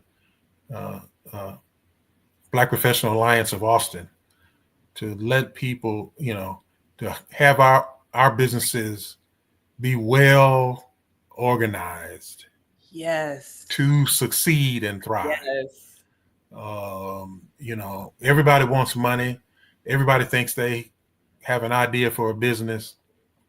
But the only organization I know that will give you money without a good business plan for return on investment, for good branding, that organization is called a parent. They don't need, they just love you, and whether you lose the money or not, doesn't matter. But everybody else, they want to see that you're committed to what you're doing, and you're well organized for future success. And so I was a board member for over 10 years, but I'm happy to step down from that and serve in the office. And anybody willing, because there are many talented people like Dr. Nicole, yourself, they can go to you, so I'm not offended. Get the help where you can get it. Yes. Because at the end of the day, we want our people to be successful. Absolutely. Absolutely. And I just to kind of piggyback off of just your statement about being organized. I remember just last year, I went to apply for my MBE in the state that I live in. And my consultant, she made a statement. She said, Brandy, you are the most organized business owner I know that I've actually worked with. She said, you're more organized than most Fortune 500 companies that I work with. And they make more money, and they're not even, I'm still waiting almost 9 months to a year for documentation that they should already have. And so that says a lot. And so when you take pride in your business, right, and you lead and you organize and, and things of that nature, and you take the initiative to develop certain levels of discipline in your business, right? You become the mark of just getting the attention or even the assistant that you need, because you prove yourself to those. So let's kind of talk about community service, and why is community service important to you, right? How do you choose which organization support? We know, being on the other side as a business engagement coordinator, and just really serving in that capacity. But what about supporting other organizations, volunteering, or just being a good service? Like, why is that important to you? And then how do you choose the organizations to be a part of? Excellent question. And just like your business has to have a business plan, your life direction needs to have a business plan. Yes. Because, making those selections is very important to you having an enjoyable and fruitful life. And like I tell, my children and friends I know, once they meet someone sharp and good looking like Brandy, they're gonna want you to be president, vice president, treasurer, secretary of everything. So everybody who comes up to you, oh, can you do this? Can you do that? Can you be a part? And you just don't have, you're not Jesus. You can't be everywhere at the same time. Everywhere at the same time. And you can't do everything. And that's one of the reasons, like first, for me, being a business professional, an accounting, finance professional, it was a natural fit for me to be a part of NABA, National Association of Black Accountants, and GABC, which Greater Austin Black Chamber. So those are natural to what I do. Yes. Yeah. However, I still need clients. I still need vendors. I still need mentors. I still need to assist other people in my life. And that's kind of how Black Professional Alliance of Austin came about. Because I live in Austin, Texas, beautiful place for business. Okay. And but as far as the number of Black folk, there aren't as many here as maybe in Chicago or New York or DC or in Atlanta. But that doesn't mean there are not plenty of quality African Americans, Blacks here. It's just a little more of a challenge to find where they are. And so the thought was, because of course we want people to come and stay and thrive. So the thought is, there's 3 reasons in my mind, why they might stay. The first one is if you've got family here. Yes. So if you got family, you're gonna support family. You're gonna love family. So that's a reason people will come and stay. Yes.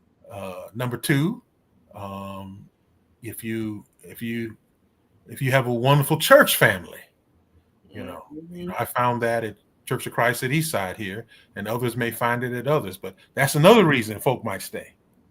But then the third reason, which is a reason why Black Professional Alliance started, is everybody has their profession or whatever they're passionate about.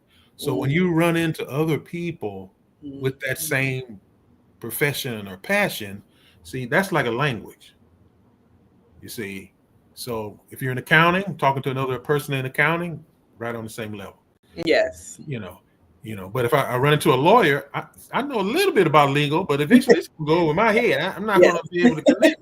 With the stuff, and vice versa, or a doctor or a janitor or a plumber or electrician. I mean, we're going to have some things in common, but we won't have all the same pain points. And so, BPA, or Black Professional Alliance of Austin, is a umbrella organization for, Black accountants, Black lawyers, Black doctors, Black firefighters, Black engineers, the Black Chamber, Urban League, Helpers of Change, changing expectations, and it's constantly growing. So when someone comes, if they don't have those first 2 connections, then depending on what their passion or profession is, I can recommend them that way. And then also it becomes a great way to collaborate, because I can't volunteer for everything either. Yes. So some things maybe I can volunteer, or I can volunteer with NABA, or maybe I can recommend it to one of these other organizations. And then let them run it. And then I can just show up, come and leave when I go, because it's running and managing an event is a lot different than just buying a ticket, showing up and leaving when you want to.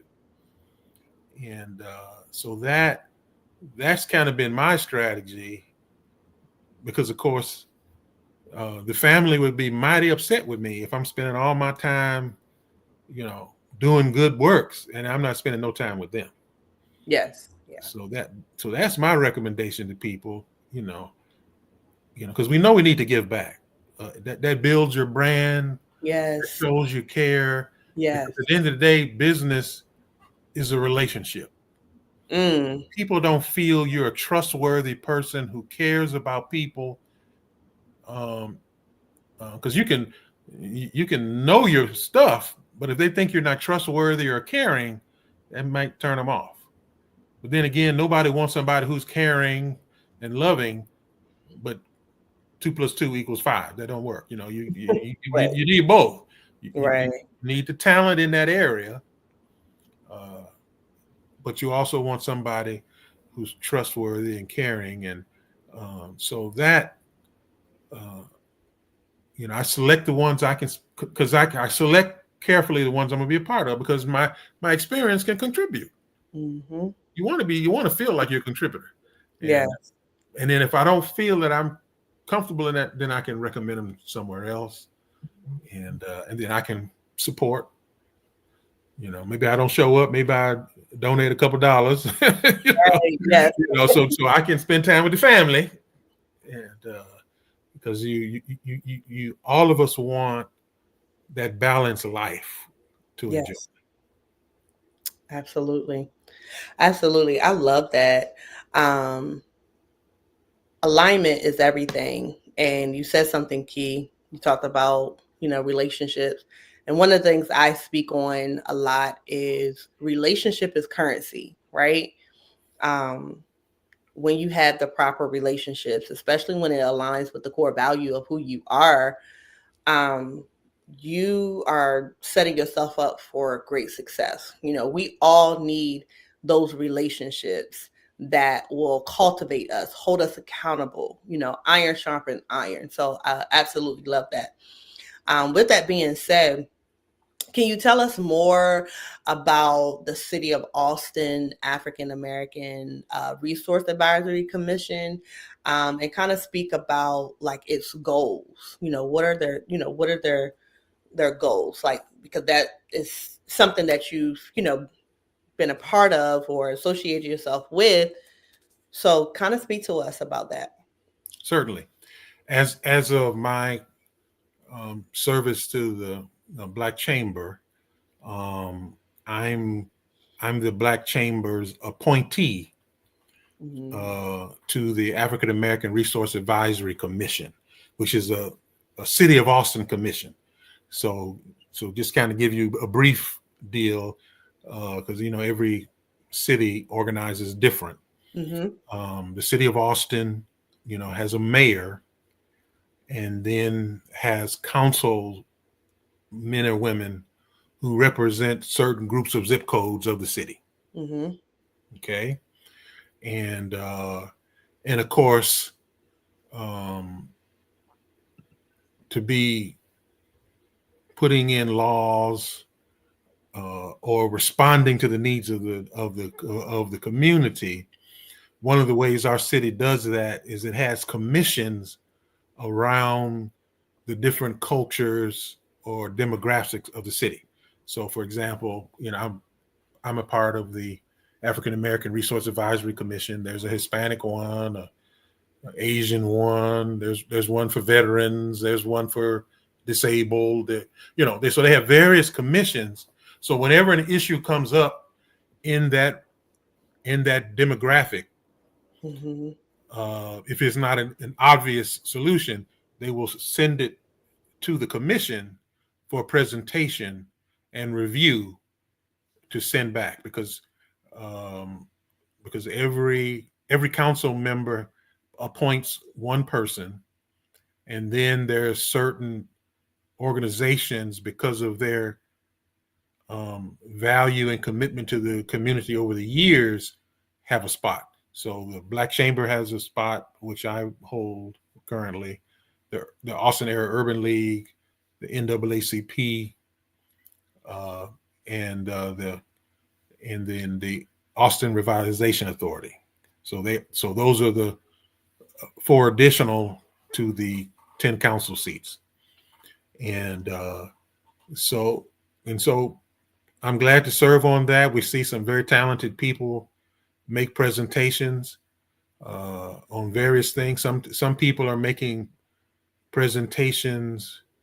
For example, they may want to keep a historic building from being destroyed because they want it to be an historic site. Someone might be coming to present to maybe start a major function, and they want the city to participate. Like most cities have a major event around MLK Day or Juneteenth, for example. So somebody might want to be coming to present on something like that. Somebody might recognize something that's not being met.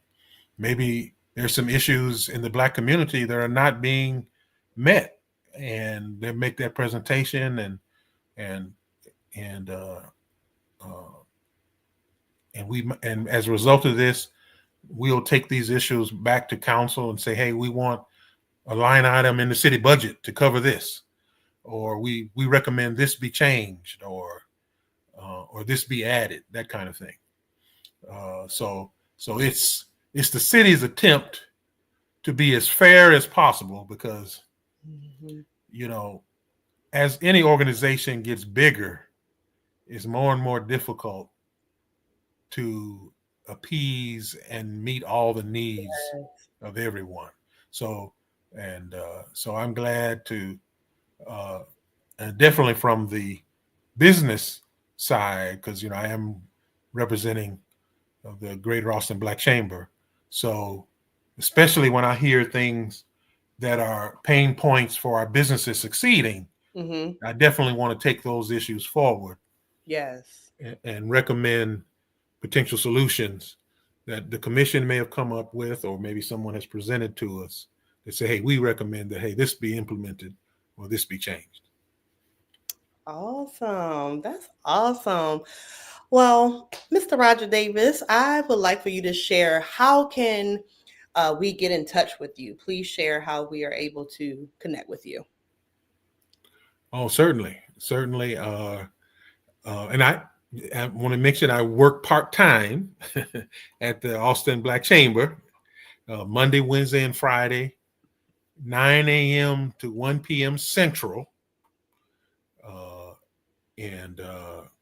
If someone wants to meet in person, our address is 912 East 11th Street, Austin, Texas, 78702. Or if they want to email me, my email is membership@austinbcc.org.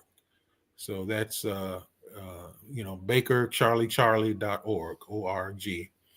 And or you may connect us with us on our social media platforms. And the general number to our office, if you want to call, and of course you have to leave a message if you call when I'm not there, or our staff is not there. It's 512-459-1181. But I'd be happy to talk with, in person, or we could maybe set up a virtual call, on the activities and programs that we have to assist people wanting to better their future. Well, thank you so much, Roger. And that concludes our interview. We want to thank our Black business sponsors for May 2024, NC 100, Moody Capital Partners, Sway Soul, Lotus Rich Coaching and Training, Carolina, Virginia Minority Supplier Development Council, Step Management, The Hello LLC, Barbara H. Smith LLC, Margie McLean Foundation Incorporated, Genius is Common, Earth Essentials, 5-Star BDM Media, Malin Shaney Global, Executive Women's Success Institute, The Quality Coaching Company, Superwoman Business Services, Creative Force Studios, Lee Entertainment, Artistic App Design, Black Business Expo USA. And remember, genius is common, and I'll see you on the other side.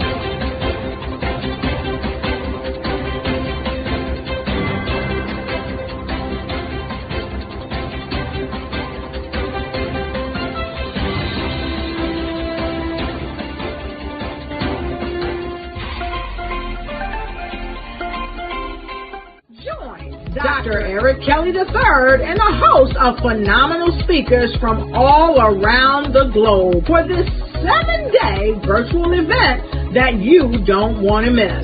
The mission of the Black Business Expo is to raise scholarship money from kids all the way from high school, all the way from college. The Black Business Olympics is one of the largest Black business showcases in the world. It is an opportunity for businesses and companies to showcase their businesses globally. We are going to be giving away laptops up to $5,000 away to students. Again, I'm Olivia Appleberry, the founder of 2 Cents Finance and one of the speakers for the expo. I am so excited to see you there. For more info, go to www.blackbusinessexpousa.com or call 919-308-9090 and hope to see you there. I am Black Business. From the moment I wake until the time I sleep. Yes, I am Black Business. I am Black Business. Tell me, are you Black Business? I am Black Business. Do you support Black businesses? Listen, I support Black business because I am Black Business. Black Business Expo, one of the largest business showcases in the history of Black business in the world. The world! Sign up today at www.blackbusinessexpousa.com or call 919-308-9090. I am Black Business. I am Black Business. From the moment I wake until the time I sleep, I am Black Business. I am Black Business. Are you Black Business? I am Black Business. Do you support Black businesses? I support Black business because I am Black Business. Black Business Expo, one of the largest business showcases in the history of Black America in North Carolina. Join Dr. Eric Kelly III and a host of phenomenal speakers from all around the globe for this 7-day virtual event that you don't want to miss. The mission of the Black Business Expo is to raise scholarship money from kids all the way from high school, all the way from college. The Black Business Olympics is one of the largest Black business showcases in the world. It is an opportunity for businesses and companies to showcase their businesses globally. We are going to be giving away laptops up to $5,000 away to students. Again, I'm Olivia Appleberry, the founder of 2 Cents Finance and one of the speakers for the expo. I am so excited to see you there. For more info, go to www.blackbusinessexpousa.com or call 919-308-9090 and hope to see you there. I am Black Business. From the moment I wake until the time I sleep. Yes, I am Black Business. I am Black Business. Tell me, are you Black Business? I am Black Business. Do you support Black businesses? Listen, I support Black business because I am Black Business. Black Business Expo, one of the largest business showcases in the history of Black business in the world.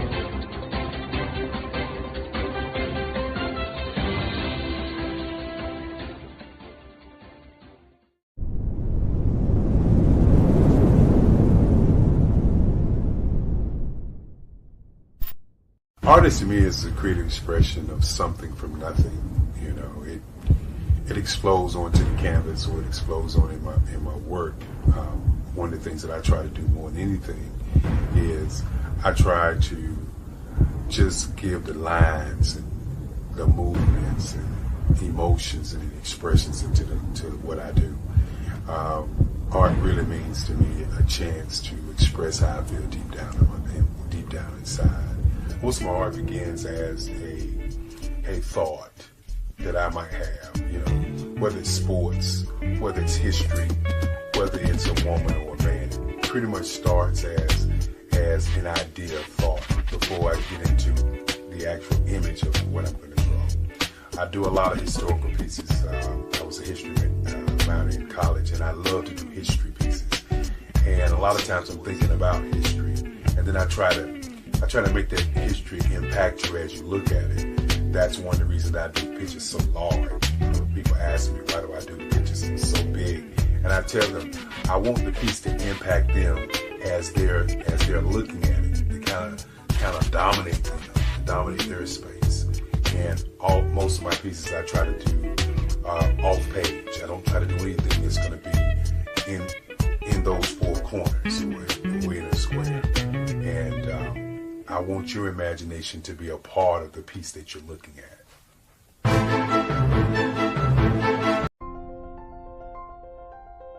What if you could build your own city? A place where every child can find nurturing people to help them achieve their full potential. A place where every adult can access job training support, where health education is abundant, where social justice ruled the land. A place without limitations. Welcome. You have arrived at STEM City USA. It is what every city should be. A safe and trusted community where you find people and resources to help you become everything you are and beyond. STEM City is unlike anything you have ever experienced. It is a digital twin of the world around you, only better. STEM City is about energy and soul renewal. It is more than a digital world. You can almost feel the power of live cultural events, music, and theater. STEM City promises a better future for children with caring mentors and hands-on activities with dedicated tutors to support our youth. STEM City is your passport to a healthy lifestyle with weekly events addressing our community's many issues. STEM City is your financial well-being with helpful information on wealth management, career advancement, job training, and so much more. STEM City is the community you deserve. It is the city where your dreams can come true. STEM City USA, a place in the sky that is accessible to all who reach for the stars.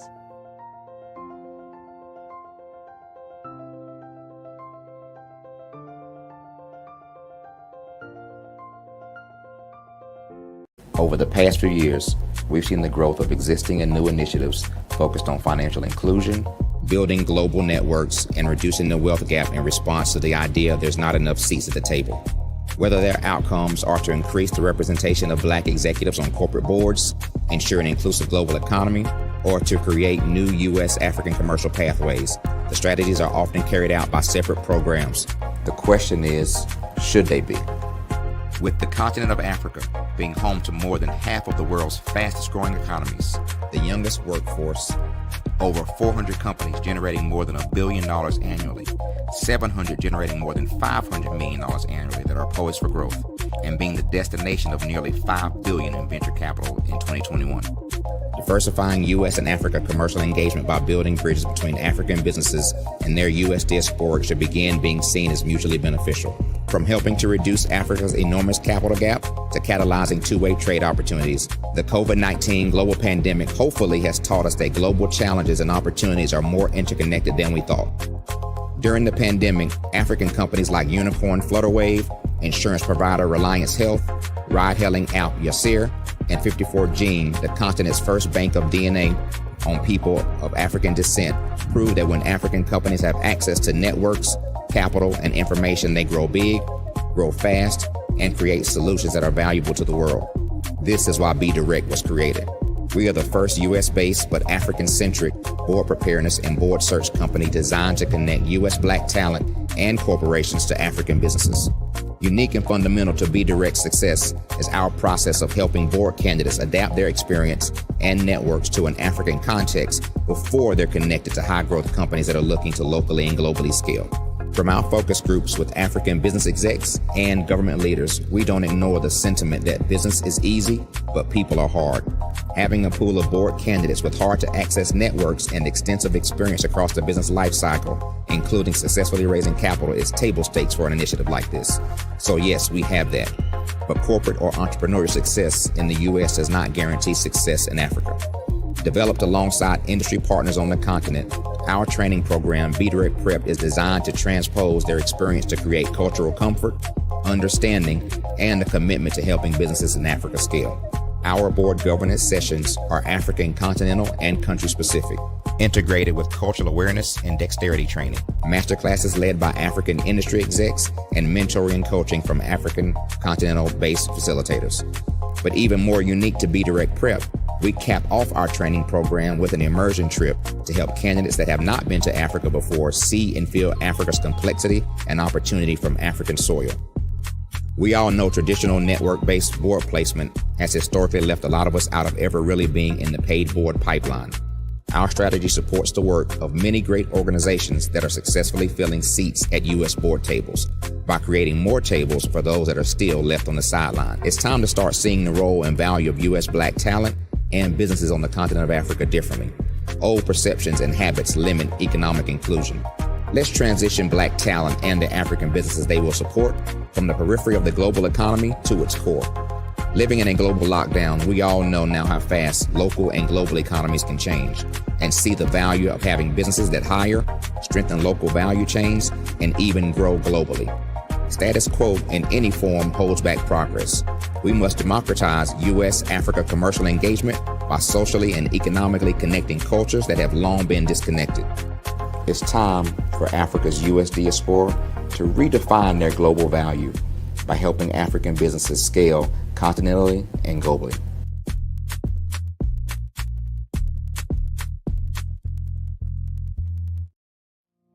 Did you know that approximately 333.34 million businesses exist today, according to a report from 2021? And you may be one of those businesses, or maybe you're not in the business market yet, but you're aspiring to be a business owner. Well, guess what? You're in the right place at the right time. Because let's face it, everything is about timing and opportunity. Hi, my name is Dr. Lotus Richey, and I'm the CEO and founder of the Lotus Richey Coaching and Consulting LLC, along with the Lotus Richey Ignite Show. 15 minutes of success with Dr. Lotus Richey, as well as books to boom your business and bring who you are. And today, I want to bring this amazing message to you about the Black Business Network and the Black Business Olympics. See, the Black Business Network and the Black Business Olympics is designed to help people just like you, that's right, that look like me, to take their business to the next level. Not just in your front yard or your backyard, but globally. The Black Business Network and Black Business Olympics is designed not to just help you survive, but to help you thrive. So join us today as we come together with businesses all around the world to support our students, our children, our young teens, our young entrepreneurs. What we do is we come together to help raise funds for students who are aspiring to be business entrepreneurs, who are aspiring and who are thriving in college.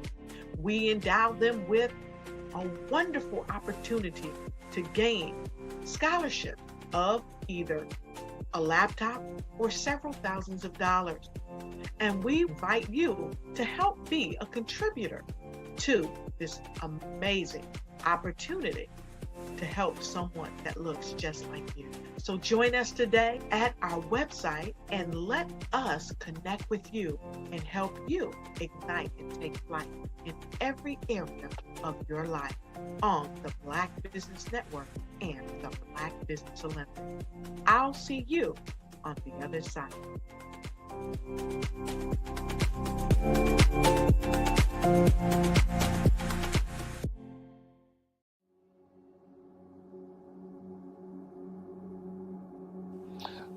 I was born and raised in southeastern West Virginia, the coal fields. My father was an AME minister.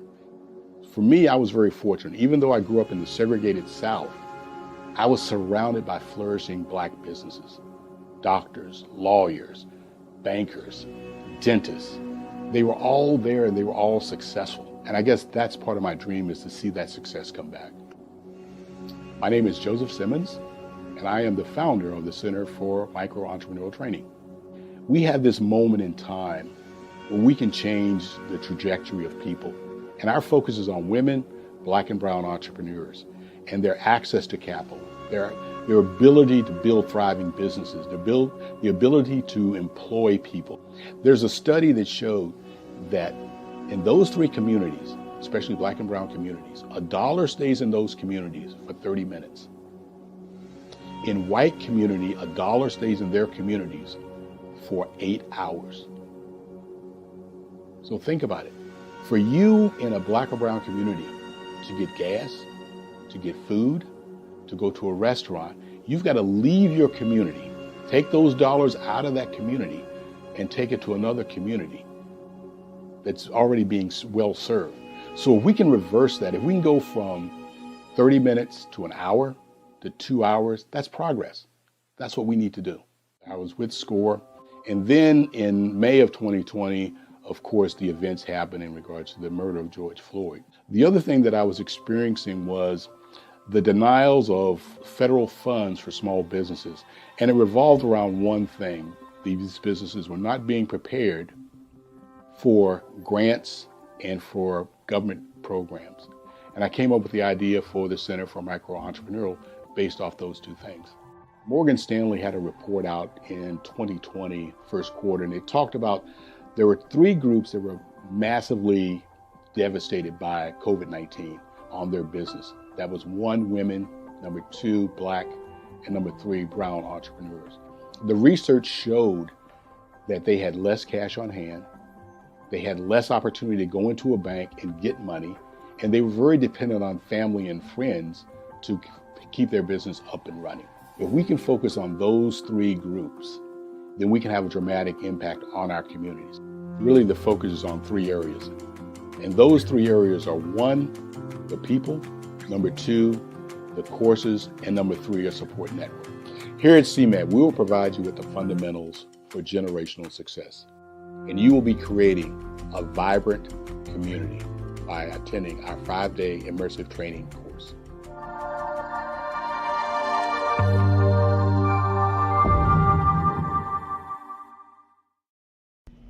Why do I do what I do? You know, my life coach asked me that a few years ago. And she said, Tony, what's your why? And I told her, and she said, girl, you've already accomplished that.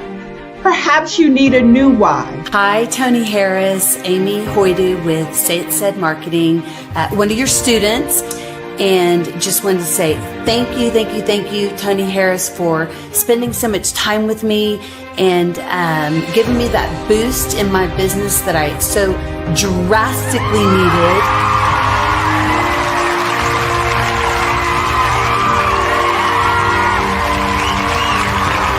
My why is to touch, move, and inspire my clients to take drastic steps to be better than they were before they met me. I'm a resource, I'm a connector. I want to help people build deeper relationships that are beneficial to their life and business. That's what I do best. So, first thing you got to do is show up. And speaking is a way to magnetically attract your ideal client to you. How many of you use social media that way? Absolutely, and this is how you look to the world. Drastic steps are the steps that are needed to be successful. And my business is drastic denotes a mindset. Getting out of your comfort zone. Doing something that you don't necessarily feel comfortable doing, want to do, but you know it's a necessary step to be successful in your business. I get the most satisfaction when I see my connections flourishing into relationships long after I am gone. Hi, my name is Jasmine Augustine with Media Jasmine, and I've joined several networking and referral groups in the area. And Network in Action Northeast Houston with Tony Harris Taylor is one of the best organizations that I've joined. I love that piece of what I do, and it is what fuels my fire.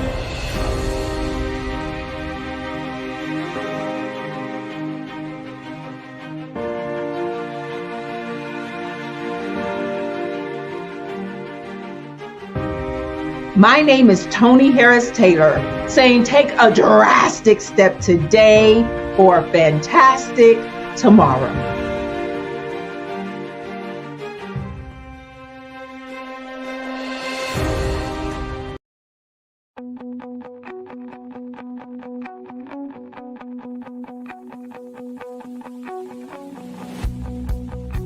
I am Black Business. From the moment I wake until the time I sleep. Yes, I am Black Business. I am Black Business. Tell me, are you Black Business? I am Black Business. Do you support Black businesses? Listen, I support Black business because I am Black Business. Black Business Expo. One of the largest business showcases in the history of Black business in the world. The world! Sign up today at www.blackbusinessexpousa.com or call 919-308-9090. I am Black Business.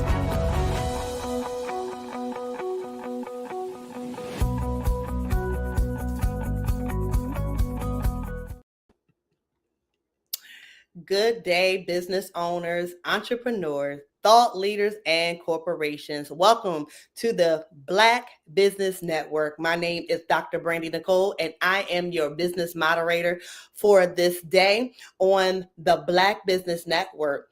The Black Business Network is a 24-hour business network showcasing Black businesses, Black owners, and entrepreneurs and thought leaders worldwide. We have speakers from North Carolina, London, Singapore, Africa, Japan, and cities all over the United States. The Black Business Network is a global community sharing its business knowledge to encourage, empower, and inspire educating businesses about business. Our first speaker is the beautiful Anita Lumpkin. Anita is the owner and the CEO of RS Settlement Services, LLC. And as a native of Hampton Roads, Anita has over 20 years of startup and corporate experience with an in-depth analytical approach to problem management. Anita has garnered a comprehensive knowledge of the specific tools, procedures, and resources necessary for the successful management of large and diverse consumer base or customer base. Anita is Six Sigma certified and has earned a degree in both science and the arts, which has enabled her to effectively and efficiently implement strategies for large-scale consumer support and service to some of the most influential Fortune 500 companies today. She currently holds her title producer's license in Virginia, North Carolina, Delaware, and Georgia. She is actively working towards becoming a real estate lawyer. Oh my, give it up for Anita Lumpkin. Wow. Oh my gosh, this is beautiful and amazing. Hello there.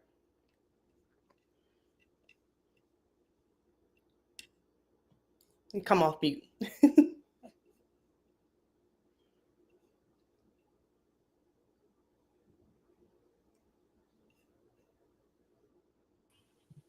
How you doing? Can you hear me now? Yes. Okay. Hi, Anita. Nice to meet you. Girl, you got it going on. Got something going. Absolutely.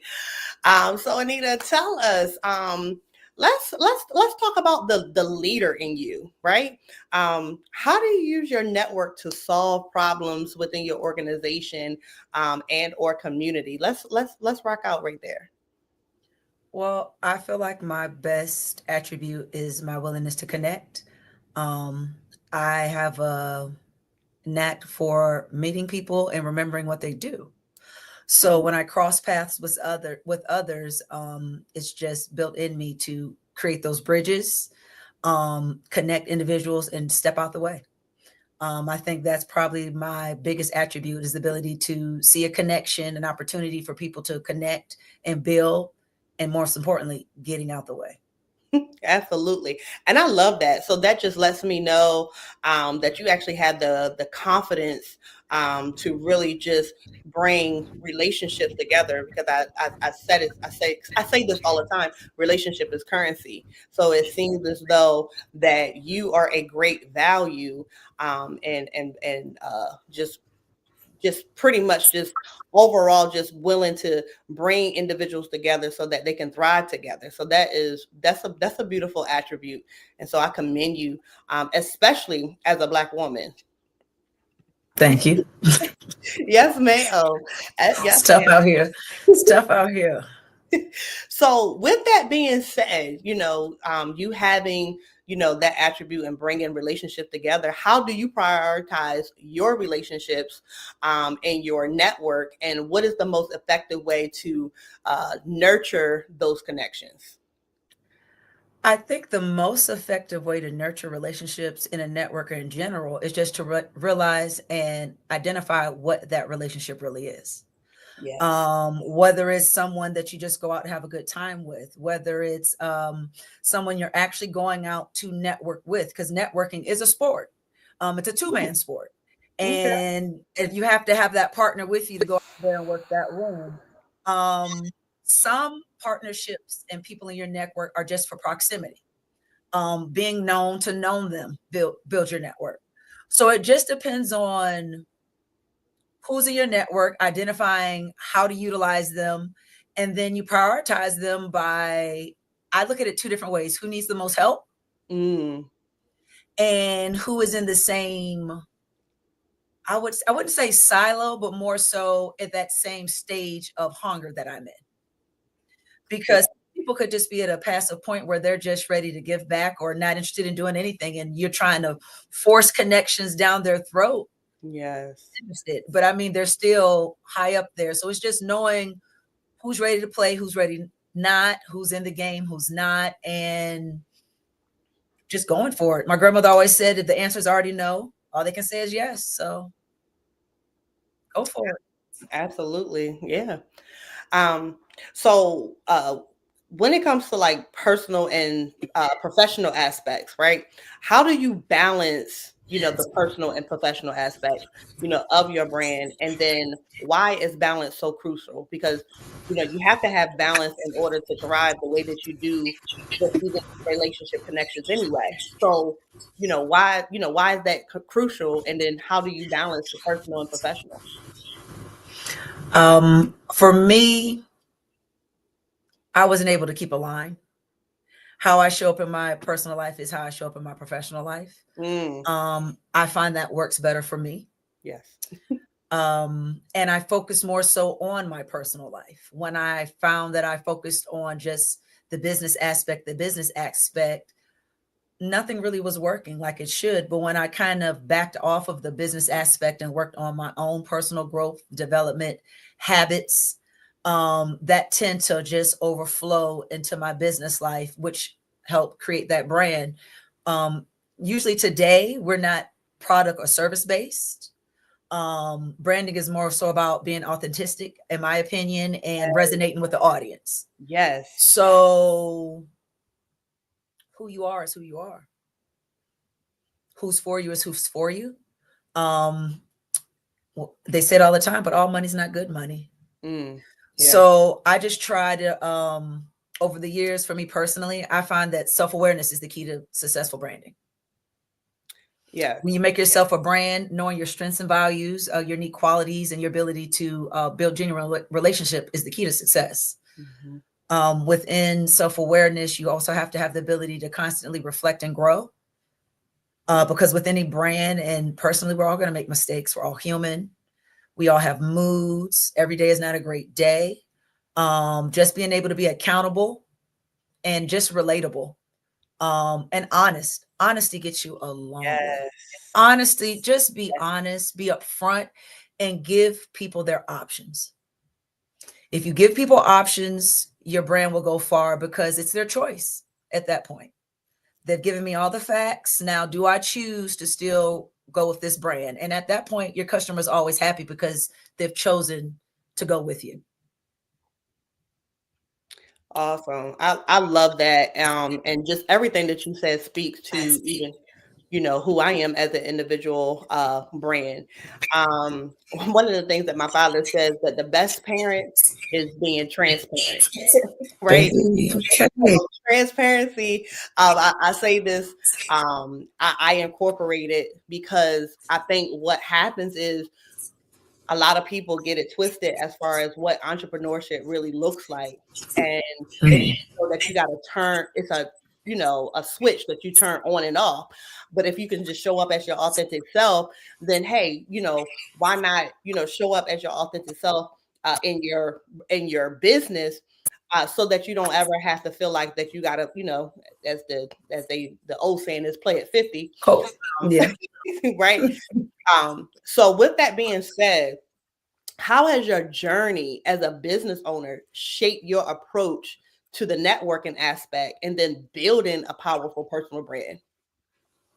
Well, my journey, I would say, as an entrepreneur and a leader, has shown me that building your brand and reputation requires constant reflection and growth, both personally and professionally.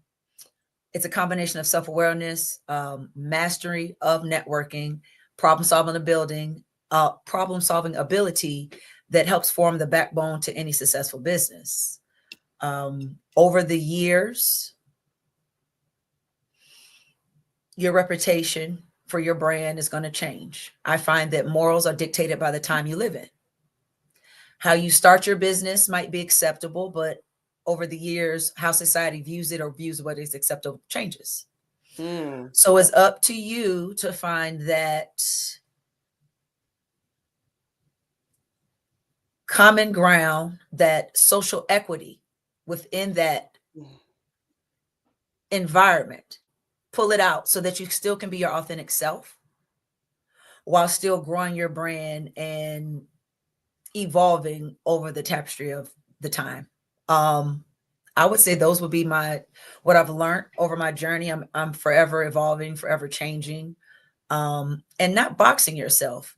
I find it interesting that code switching, we talk about.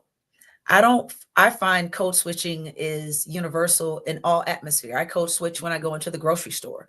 I code switch when I go to the mechanic. I have to let him know I know how to change a battery. I don't just need you to check my air. Right. I say certain things so he's she's not the normal young lady. Yeah. You have to know your audience and your room, and you play to that. Yeah. And most importantly, sometimes you have to play dumb. Now, sometimes you have to play dumb. You have, so speak more to that. Like, there's two versions. You should always be the student, forever the learner. Yes. Always be the small fish of the pond. We all know that. Once you become the big fish, move on. Yes. But also, you gain more knowledge when everyone doesn't expect for you to be the expert, or I find when I allow people to just speak, I always learn something. Yes. That I thought I might have known everything about, but they always hit that piece. So I'll dumb myself down in atmospheres like that to just see what is thrown at me. Sometimes I'll have to play dumb when in an environment where you know what's happening, but you have to allow it so that you can get to your end goal. You just have to remember why you're there and what you're trying to get out of it. and nothing else really matters as long as they treat you well. Never allow someone not to treat you well. I advocate for speaking up for yourself. As long as you're being treated well, somebody doesn't have to know my pedigree. Somebody doesn't have to know my education. Somebody doesn't have to know what I have. They can think I'm just some random person in a room. How did she get here? That's fine, as long as my goals for being there are accomplished. Absolutely. I love that. And what I hear when I ask you to elaborate on that more, it's almost having, a level of vulnerability, because that requires what you put so much emphasis and pride in. You have to put your pride on the back burner so that you can show up as a strategist in these environments, right? Because it's that's actually a strategic move, because you never know who's in the room. But just like, you don't know who's in the room, they don't know who you are, and you may be the next person that's going to get them to that next level in their business, whether it's 5, 6, 7, or 8 figures, right? And so I absolutely love that. And I've always even pride myself as far as operating from that aspect, being in the room, because I feel as though that while you play dumb, you can still have a level of authority in your image that people have said, like, you know what I mean? Like, okay, who is that? Who, like, she looks important. Like, yeah, who is she? Yeah, absolutely. I love it. That's a form of branding in itself, but I don't want to give away all the tips. That's a little. Yes. Okay. So, how do you maintain being authentic while scaling your business or personal brand, especially in the age of the social media and public visibility? Let's talk more about that, because I've heard you speak on that just a little bit. Personally, I've been blessed. I come from corporate America. That's all I knew. I've done startups on the side. I didn't step out and do it on my own 100% until about 2017. And have just 100% no type of corporate job backing me. And so I was able to create an environment. They kind of call my office like Google. Okay. It's very relaxed. It's very independent. I don't have a hiring problem. Everybody that's in my office has been a referral from somebody that's worked in my office. Love it. I have a young man waiting as I scale to open a spot to start him in at the bottom to bring him up. I think how you treat people, how you treat your employees. I don't actually call them employees. I call them my coworkers. I can't help it. That's just what I know. They're my coworkers. I think that really helps with the visibility of your brand, making it social. I hope I'm answering your question, because you be throwing like 3 and 4 questions in that sentence sometimes, and I don't know if I'm hitting on them all. Am I answering your question? Oh, no, you are. Yeah. Okay. And I let that speak for me. How I treat people. How I treat people. That's the bottom line. How I treat people speaks to my brand, speaks to who we are. And then that translate across all boards, because I operate in grace. And that's for me personally, because I don't know everything. I can't. So I try to give grace so that I can receive it. And with that, I think it gives people a safe space to work with us and be with us. I don't have much of a social presence. I have more of a social equity. I'm a little different. You can have 50,000 followers, but I know 50,000 people. So it's different. So I don't harp on it much. Social media, I use it to let people know I'm still active. I've had the same phone number for forever. I've had the same emails since I was 16.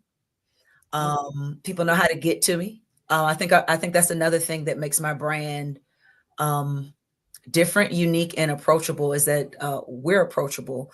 We stay authentic. Everyone that is a part of this organization wants to be here.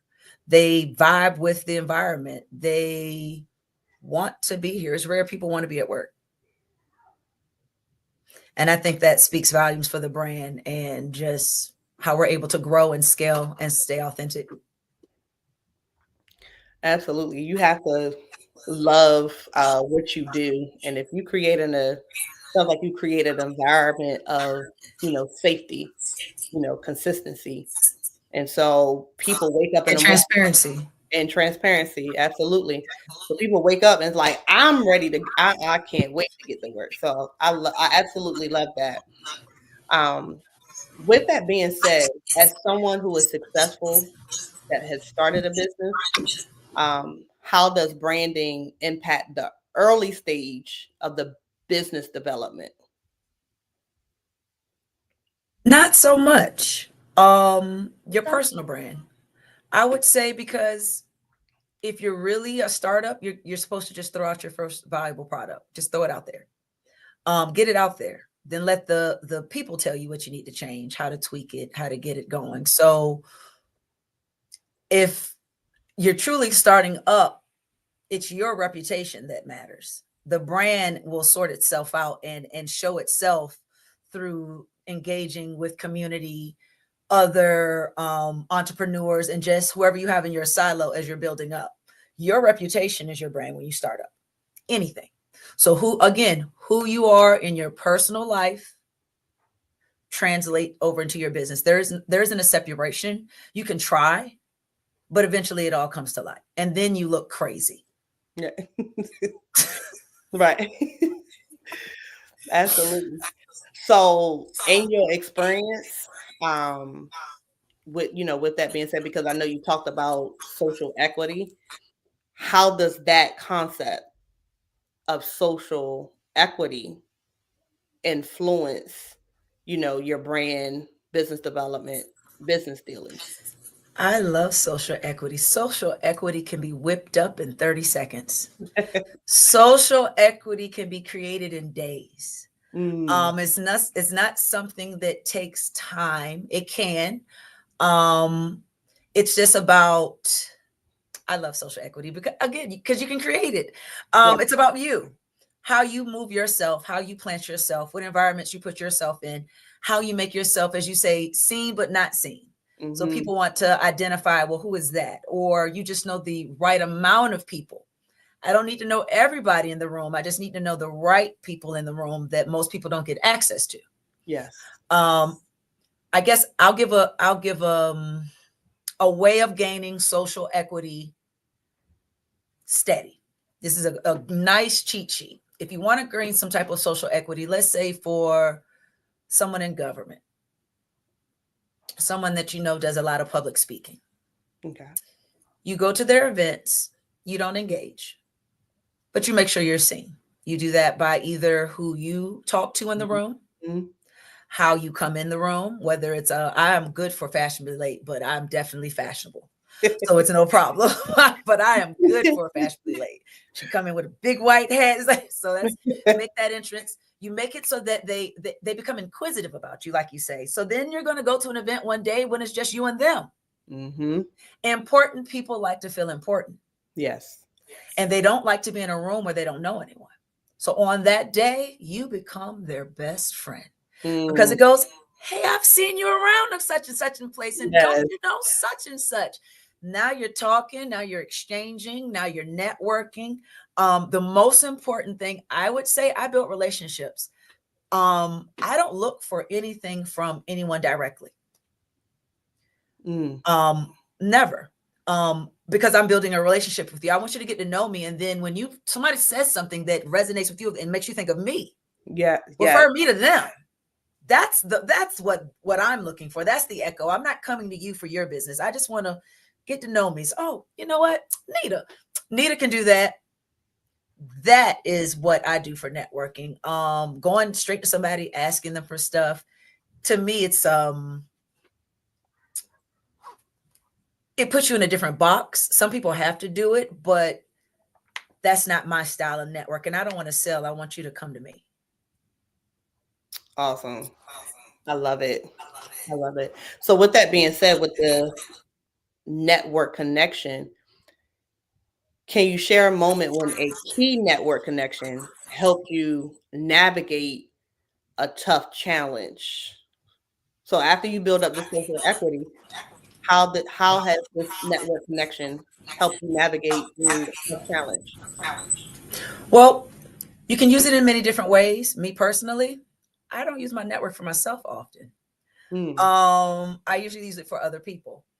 I've built up relationships, government, banking industries, any type of entertainment within the area. So when someone comes along and they want to get tapped in, as they say now, into a certain area, I'm able to make that phone call and get them directly to them. Right. I've used it once for myself. We had a festival here called Something in the Water here in Virginia. Pharrell was hosting it. It was the first year. They announced it maybe 30 days before the event. And I was able to use all of my connections to get, at that time, I was really into sneakers. And I had a sneaker boutique with some of the rarest sneakers in the world. Okay. And I used my connections and networks to get us a platform on that festival. On their website, we got their accolades for that event. And I was able to showcase all of the different sneaker businesses in the 757 and bring them to that event and give them that platform. And I pulled all that together, and they announced it 30 days before the event. I decided to do it maybe 21. So, and I had maybe 17 businesses, 15 artists. I had a hip hop museum come from Baltimore. We were right on the festival footprint. We had good exposure. It was good. So I'll probably say that's probably my best one, because not only was I was able to take myself, but I brought a lot of people with me in a short amount of time. And I think that year we had close to 30,000 people. Wow. And the city made about 1.4 million in that weekend. So it was a good weekend for Black business. Oh yeah, absolutely. So it sounds like we got to call you the plug. We got to come up with like a. Why does everybody say that? Because as you're talking, that's all I hear. I'm like, oh, she the plug. Like, and I love the fact of how selfless you are. So I can only imagine how lucrative and how amazing your business is, because, just literally putting yourself to the side. Granted, on the back end, you're building yourself up, your personal, your personal brand, you becoming more self-aware, right? But then while you're in the forefront, it sounds like you're the blueprint. I love to tell other entrepreneurs, like, you are the ultimate blueprint, the forerunner, the trailblazer. You're the plug.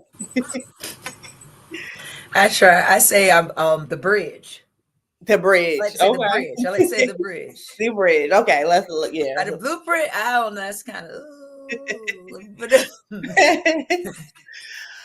So, how do you leverage your problem-solving skills to overcome obstacles in business? And how does this contribute to your brand reputation? I am the problem solver. I think the mindset, if the answer's already no, all someone can say yes. I took that and I applied that to everything. There's always a way. I just need to understand the rules, because we don't like to break laws. So I like to understand the rules of the engagement first. Yes. And then I figure out, how do we get around it? How do we make it work? Yeah. Most importantly, how do we make it work for everybody to be happy? Mm-hmm. I think that is my big thing. I always reference Tom Sawyer. My favorite part, he got everybody to paint that fence, but they were happy to paint the fence. Yeah. They were joyous. And I'm like, that's a smart man. That's a smart man. As a kid, I'm like, wow, that's how you do it. You win, everybody's happy. Mm-hmm. So I would say I'd probably say that would be it. Okay. So, what advice would you give to someone looking to build their brand from scratch? Don't look at it as a brand. Look for your audience. Figure out who your people are. The brand is the box. That'll come. Figure out who your audience is, who you want to speak to, who resonates with you. Because at the end of the day, you're creating something and you want to like the people you work with. I know I do. Sometimes I don't have a choice. But for the most part, I do. And then so when you start off, figure out your audience, figure out what do you want people to think about you when they see you? My mom used to always tell me I could do anything I wanted to do. She would say, Anita, find something you like doing and be the best at it. It doesn't matter what it is. And she said you could, and she would always say you could love scraping gum off a sidewalk. Just be the best gum scraper there is. And when someone thinks about scraping sidewalks and they think of you, she said, you'll be rich. You'll be rich. So that means, to me, I've translated that over to I reverse engineered that. Okay. I figured out who my people were first. And then I figured out what they needed. And then I became that. Yes. So I would suggest that. Figure out what's needed. Become what your audience needs, because that's who you're going to want to work with. And that's going to create a circle of happiness, because you've created what you want to do. And then you created a sense of purpose, and purpose really makes a difference. You can have all types of jobs. You can do all types of things. You could help people, but if you don't feel purpose behind it, I know somebody work at a homeless shelter serving food all day, but it's just a job to them. So if you don't have purpose behind it, then what are we really doing? Absolutely. Absolutely. I love when you said, don't think about the brand, find your audience. And that just really resonated with me the most, because I remember in September, just this past September, and I've been in business for 25 years, but for some reason, God has just literally flipped the script on me, and he has me moving differently, so much so to the point where I had an idea that came, upon me, and I just really moved in it. And it literally was just exactly what you said. This wasn't an actual brand. It was literally speaking to an audience. And in a matter of, I would say probably like 3 months, I've been able to increase my relationship, my connections, by connecting like with 300 entrepreneurs in a just by off this strategy. So I know exactly what you mean by not worrying about like the brand, the logo, and all the that'll come. That aesthetic, and that's exactly what happened. Let me tell you. So and somebody will come and do it for you. Listen, they like what you're doing. And that's how you attract your divine help, and to be able, that way you're not always, in that groundwork trying to figure out, I got to make this look good, because you're so focused on showing up and being there for your audience, knowing what it is that you need. So people will come in and help. Yes, ma'am. I'm a witness. I'm so much to the point where now I'm a witness.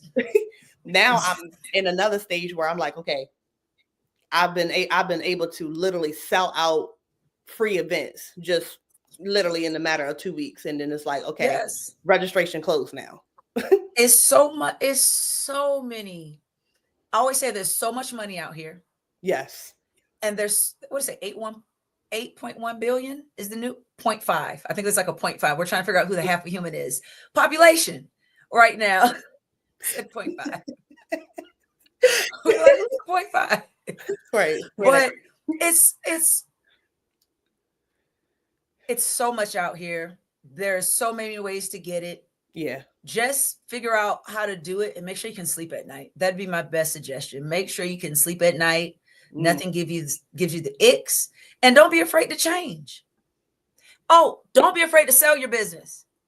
Black people Talk about it. We are told to make it, keep it, and pass it down, and it's got to be great Uncle Amos's cookie. No. Get in, get your money, get out, do it again. I love it. Because 2 generations from now, they're not going to care about whatever you had going on, or it's not going to be more than likely valid or just relatable at that time. Absolutely. They're not going to have an interest in it. You're only going to work a business you have an interest in. Yep. So that would be my other thing too. Don't be afraid to change your brand, change your business, and to sell it. I love it. I love your perspective because it's so raw and uncut and it's different. And that's what I love. I call you the 1%er, and it's not many of us. We are always going against the grain, right? So absolutely. So Anita, how can we connect with you? How can we connect with you? Well, my cell phone, as always. I just love it. I love you. Y'all can call me anytime, 757-803-7879. Send a text. I love to text. I might not answer, but I'll text you. We can always do email address, anita@rssettlements.com. Our website is www.rssettlements.com. We can also do social media websites, which is RS Settlements @RS Settlements.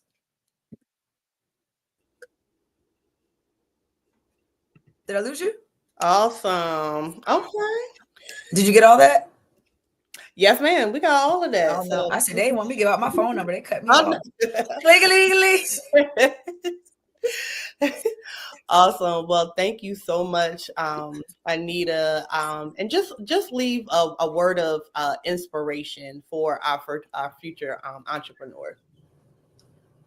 Kids, this is the time. This is a wonderful time to be alive. Between the internet, the endless possibilities, the connections, you being able to be yourself.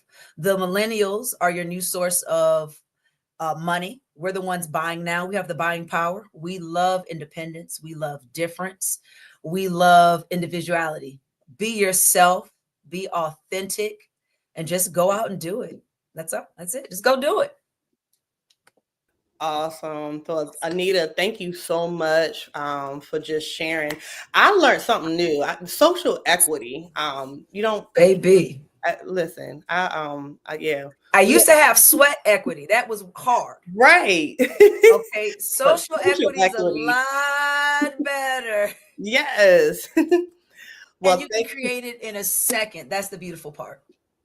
I love it. I love it. And I'm definitely going to take that and definitely maximize off of that. So again, thank you so much for joining us. And what we want to do on to today is we want to thank our Black Business Expo USA sponsors. We shout out NC 100, Moody Capital Partners, Sway Soul Lotus, Rich Coaching and Training, Carolina, Virginia Minority Supplier Development Council, Step Management, The Hello LLC, Barbara H. Smith LLC, Margie McLean Foundation Incorporated, Genius is Common, Earth Essentials, 5-Star BDM Media, Malene Shaney Global, Executive Women's Success Institute, The Quality Coaching Company, Superwoman Business Service, Creative Force Studios, Lee Entertainment, Artistic at Design, and Black Beauty. Well, I said Black Beauty, so Black Business Expo USA. And remember, genius is common, and I'll see you on the other side.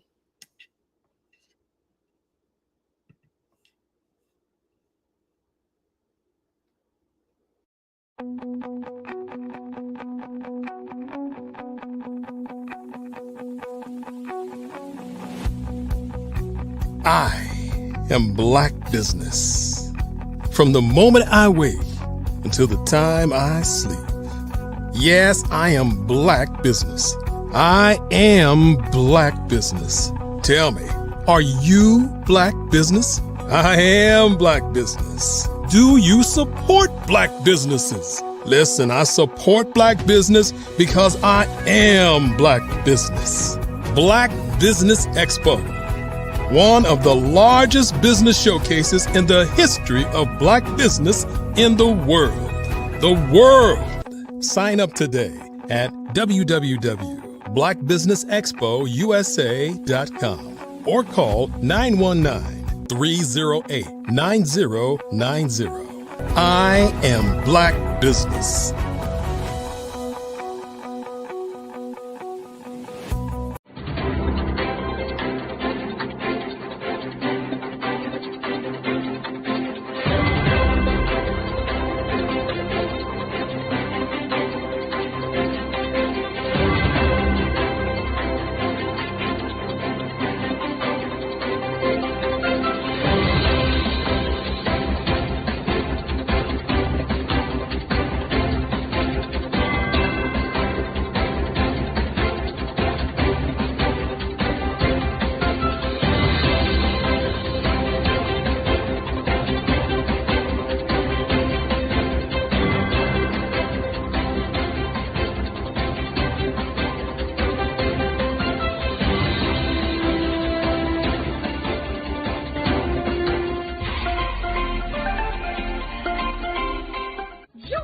Dr. Eric Kelly III and a host of phenomenal speakers from all around the globe for this 7-day virtual event that you don't want to miss. The mission of the Black Business Expo is to raise scholarship money from kids all the way from high school all the way from college. The Black Business Olympics is one of the largest Black business showcases in the world. It is an opportunity for businesses and companies to showcase their businesses globally. We are going to be giving away laptops up to $5,000 away to students. Again, I'm Olivia Appleberry, the founder of 2 Cents Finance and one of the speakers for the expo. I am so excited to see you there. For more info, go to www.blackbusinessexpousa.com or call 919-308-9090 and hope to see you there. I am Black Business. From the moment I wake until the time I sleep. Yes, I am Black Business. I am Black Business. Tell me, are you Black Business? I am Black Business. Do you support Black businesses? Listen, I support Black business because I am Black Business. Black Business Expo, one of the largest business showcases in the history of Black business in the world. The world! Sign up today at www.blackbusinessexpousa.com or call 919-308-9090. I am Black Business. I am Black Business. From the moment I wake until the time I sleep, I am Black Business. I am Black Business. Are you Black Business? I am Black Business. Do you support Black businesses? I support Black business because I am Black Business. Black Business Expo, one of the largest business showcases in the history of Black America in North Carolina. Join Dr. Eric Kelly III and a host of phenomenal speakers from all around the globe for this 7-day virtual event that you don't want to miss. The mission of the Black Business Expo is to raise scholarship money from kids all the way from high school all the way from college. The Black Business Olympics is one of the largest Black business showcases in the world. It is an opportunity for businesses and companies to showcase their businesses globally. We are going to be giving away laptops up to $5,000 away to students. Again, I'm Olivia Appleberry, the founder of 2 Cents Finance and one of the speakers for the expo. I am so excited to see you there. For more info, go to www.blackbusinessexpousa.com or call 919-308-9090 and hope to see you there. I am Black Business. From the moment I wake until the time I sleep. Yes, I am Black Business. I am Black Business. Tell me, are you Black Business? I am Black Business. Do you support Black businesses? Listen, I support Black business because I am Black Business. Black Business Expo, one of the largest business showcases in the history of Black business in the world.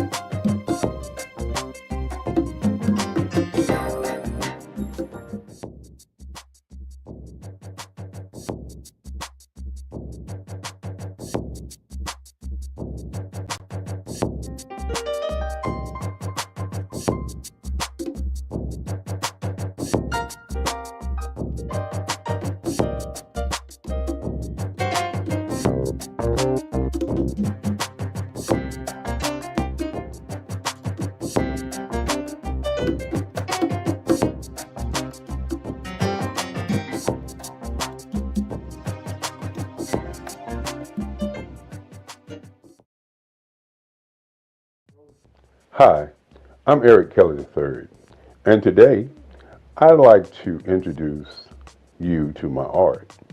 Welcome to the Eric Kelly III Museum, located in Durham, North Carolina. Today we're going to be discussing my art, my journey, and where I'm going next. You know, the past, the today, and the future. When I think about the beginning of my work, I have to go all the way back to when I was about 4 years old. And my grandmother gave me a pen, and I was in church. And I took that pen and I began to draw. And as I was drawing, later on, my grandmother said that the picture that I drew then looked like the choir that was in the church. And so my affinity for utilizing the ink pen to do work still happens today. Now, many times when we begin to talk about art, the question always is, what is the intent? Why do you do art? What makes you an artist? And so, as we look at my early years, I was not thinking about what I was drawing. I was just in love with drawing. I remember in the 5th grade when a young man, one of my friends, came to my desk and saw me drawing, and he said he'd like to draw. And so I said to him, anyone can draw.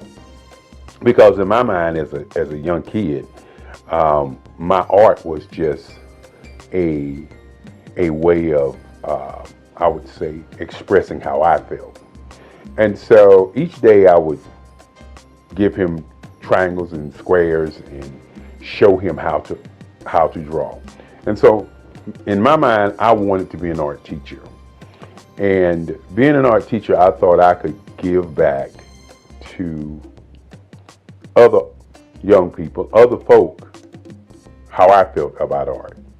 And so as we moved through my timeline and moved past the 5th grade, I began to draw, I would say, comic book figures, you know, a lot of figures, a lot of pictures of what I saw in comic books. And one of the things that I noticed about me at an early age, maybe it was because my grandmother was a civil rights leader, maybe it was because my great-grandfather wanted me to be a lawyer, and he took me each day from Scarborough Nursery School down to the courthouse to watch what was going on at the courthouse. And maybe it was me watching television and seeing the civil rights movement happening and seeing things that were going on. But I remember when I was about 12 that there was this thing called identity. You know, say it loud, I'm black and I'm proud. And the music that I was hearing was just so different until I began to change the white images that I looked at to black images. I can remember the Incredible Hulk that I changed into the Incredible Bullock. You got to understand, I was a kid, you know. Tarzan. I did Tarzan wrestling with an alligator in the jungle with an afro. And so this whole thing of black identity was prevalent on my mind as a young artist. Many times people say artwork is political. And I continue to say that not only artwork is political, art is what is your identity, but more importantly, what is your intention. And so as I moved through those years, 5th, 6th, 7th, 8th grade, I began to look at the difference between how I felt and how I saw things. And one of the things that I noticed early on is that I could actually hear tones and hear music, and I would see colors in terms of what I was drawing. Many times I found myself talking to people and I would say, I can draw you if I think about you. And that was one of the games I used to play when I was a young kid. I would talk to somebody, I would listen to them, and then I would go home and I'd get my sketch pad and I would actually draw them. Many times when I was coming up, I used to tell people that if you talk about what you want, I could draw some lines, and then I can go and create that particular object. Intention, identity, and color was very prevalent in my work at an early age. I remember my first paper mache dog that I did. It was white. And my teacher kept the paper mache dog. And my great-grandfather used to say to me that don't give my artwork away. And so he said, only sell to collectors. And so at 7 years old, he started a museum for me called the Eric Kelly III Museum that would house my artwork in his house, along his halls, and house my writings. I'm also a poet. I do poetry, 3 portrait CDs that I've done in the past, along with some more interesting writings. My work, again, as I said before, is about identity and intention. When you think about colors, and we will see some of those pieces later on, but the colors and portraiture that I've moved into, very, very important. initially I was doing a lot of figuration. And that figuration was a lot of history pieces. Now, fortunate for many artists, they have what I would say some guidance, some leadership. When I was growing up, once I got to the 12th grade,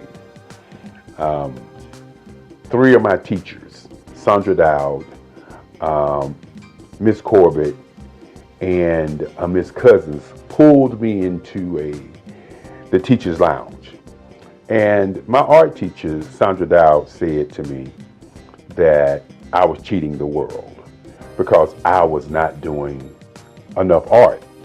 And she said each day that she give out a project, that I would come in the day of the project and do the best piece in the school.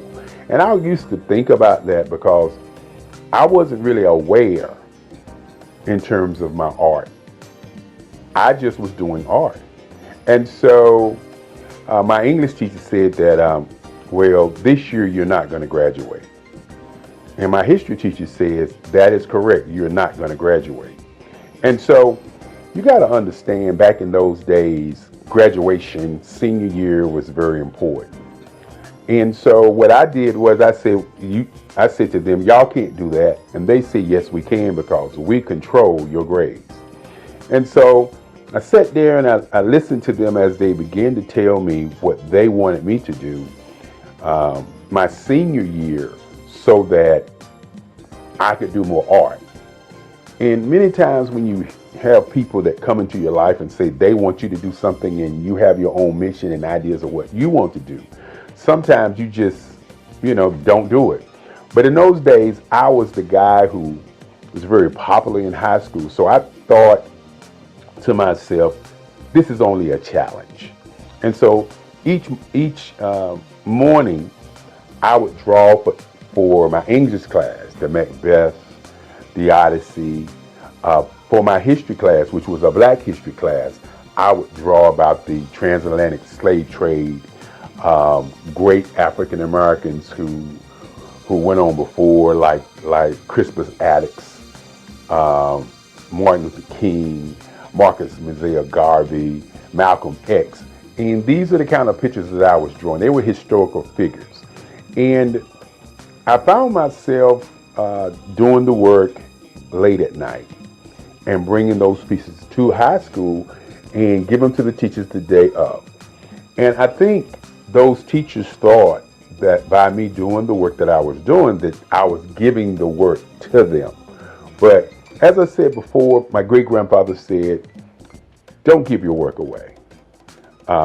Always sell your work for what it's worth. And more importantly, sell to collectors. And so the Eric Kelly Museum has been a private museum only selling to collectors.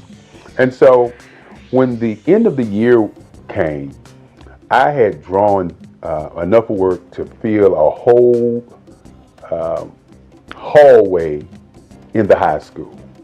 And as I said before, I started out doing figuration and doing historical pieces. And I hadn't yet started thinking about what my intent was going to be. Why was I doing the work? I was doing the work because I was asked, not because there was this urge deep down inside saying, I'm going to draw all of this work. And so at the end of the year, I received the Lynx Best Artist in the State. And this is what has propelled me to become the artist I am today. I looked at the art award that I received and I thought about where did I want to go to college. And so I had letters coming to me. I was in the news, I was on television and all these great things. I had these things to happen. And so I had letters coming to my house to go to different schools. And my great-grandfather used to say there are 5 things that you need to think about as you live. He said, number 1 is to think.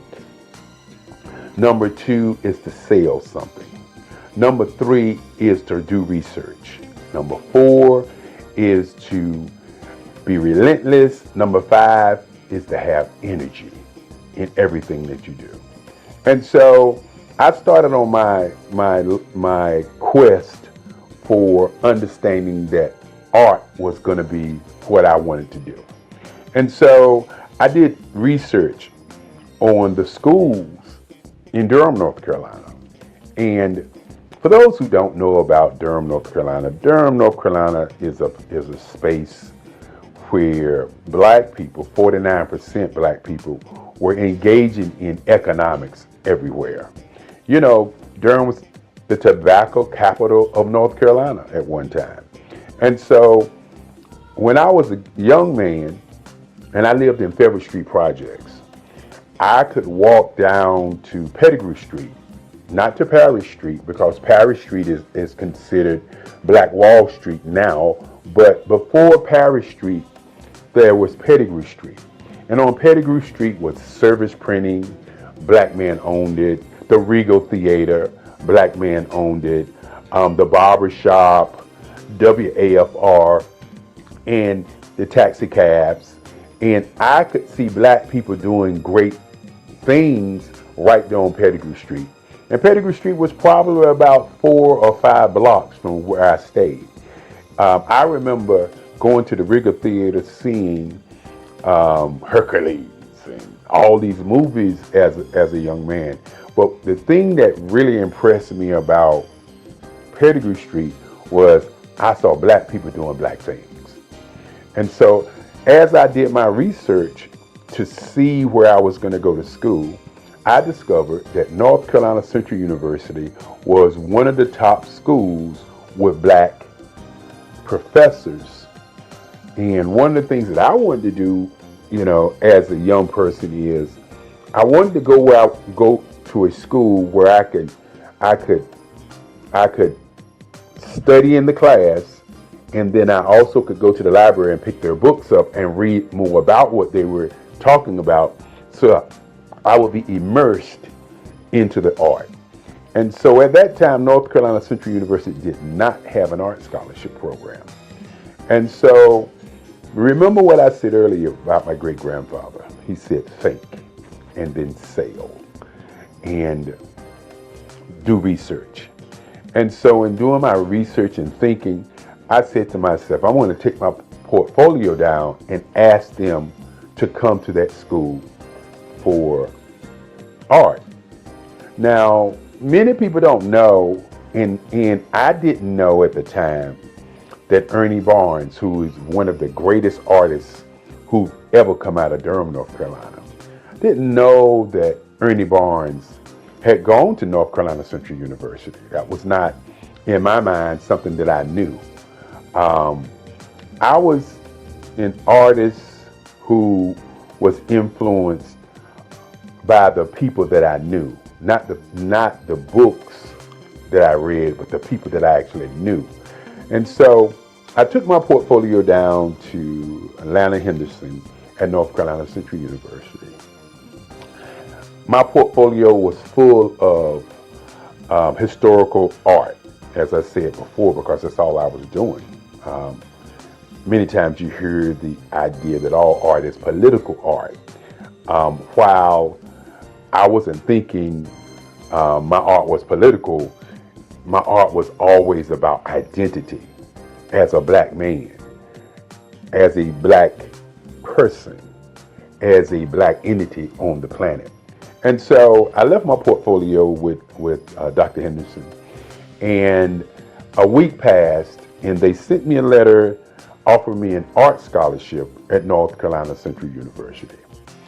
This was probably one of the greatest days of my life.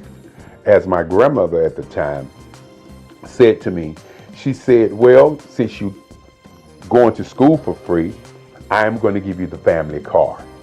And you know, when you're thinking about your life and how things transpire to get you where you're going, these are the kinds of things that move you to believe in yourself.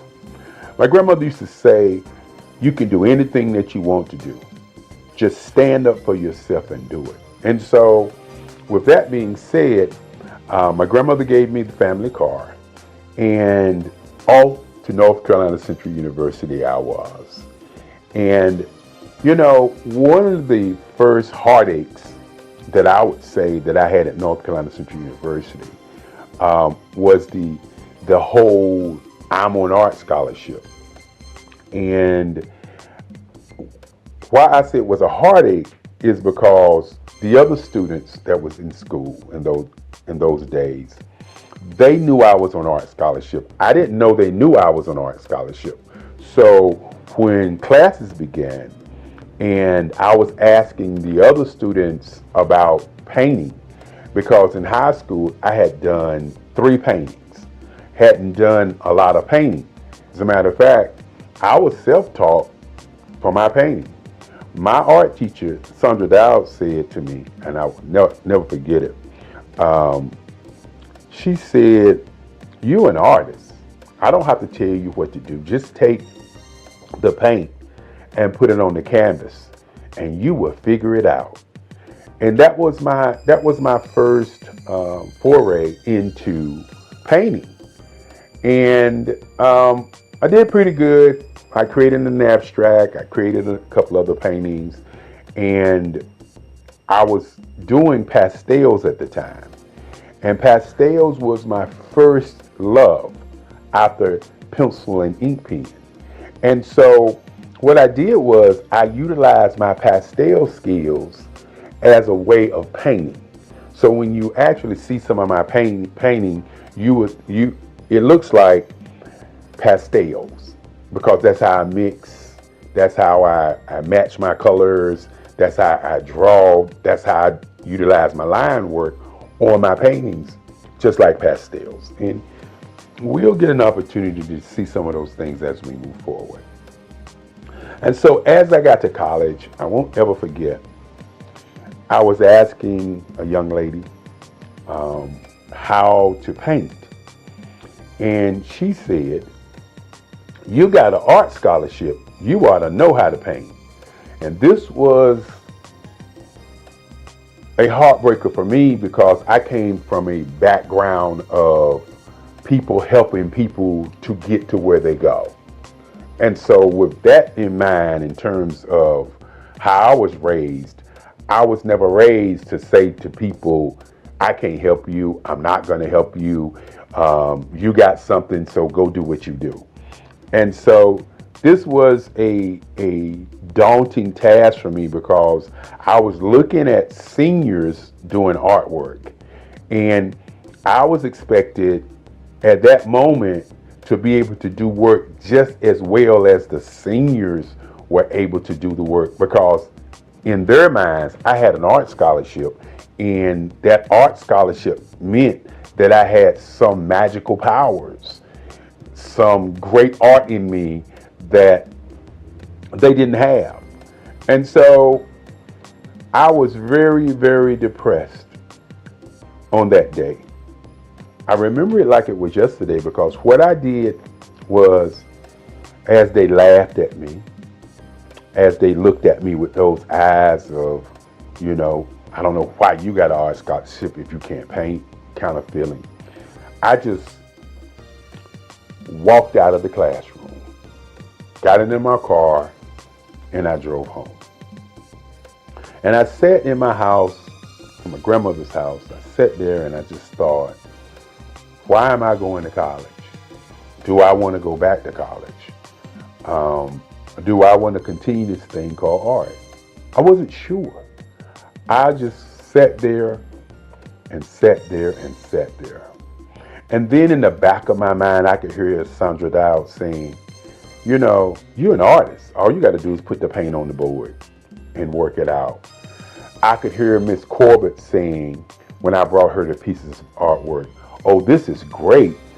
I'm going to be able to talk about Macbeth today, and we're going to utilize these pieces." I could hear in the back of my mind Miss Cousins saying, "When you look at Eric Kelly, he looks dumb. But when he opens his mouth, he is brilliant. He holds class from one side of the classroom while we are doing class, and he can answer all the questions about history." And I could hear these things in my mind while I was sitting there thinking do I even want to go back? I tell people all the time that peer pressure is a major pressure on many people if they can't handle it. Fortunately for me, my great-grandfather, my grandmother, and my moms always said to me, you can do whatever you want to do. Listen to what you want to do first and follow your dream. And so my art class was on Monday, Wednesday, and Friday. And my class that I went to was on a Monday.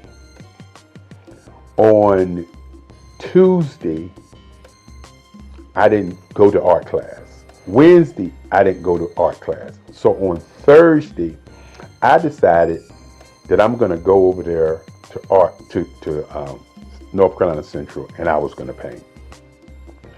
Now, you got to understand, as a young kid, a young black man, when you're thinking about your identity, you're thinking about what you want to do, and people are pressing against you and doubting who you are and really identifying and seeing who you are.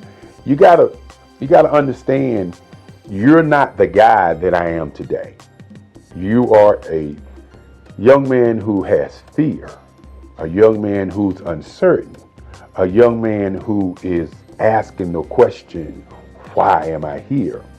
And so on that Thursday, I went to the art department at 4 o'clock when I knew most of the students were not there. And I went to my board and I pulled out my paints and I started painting.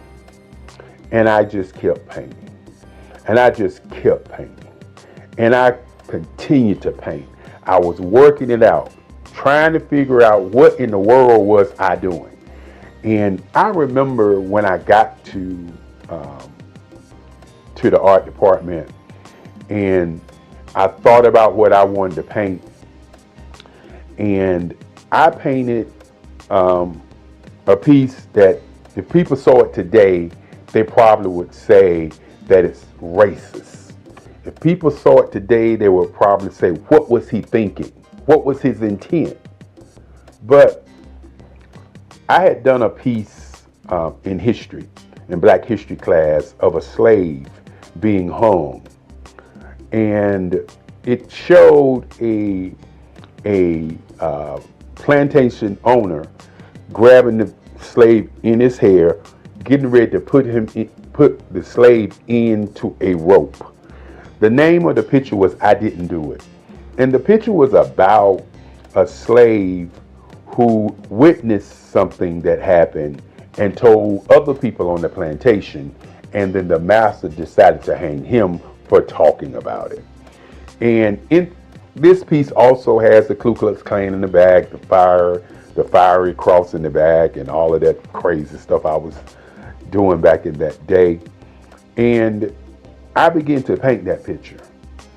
And as I was painting that picture, I could see exactly how to paint. I don't know why or what, but I could actually see how to paint. And so I was there from 4 o'clock in the afternoon, and I looked up, it was 4 o'clock in the morning. I took my sheet that we had in art class and I laid it over the piece, and I jumped in my car and I went home. And so my class was Friday morning at 11:35.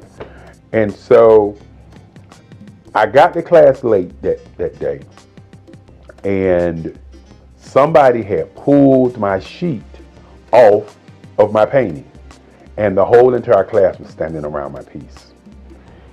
You know, when you are uncertain about who you are and what you're doing sometimes, and you're looking for validation, it kind of gets in the way of how you make art.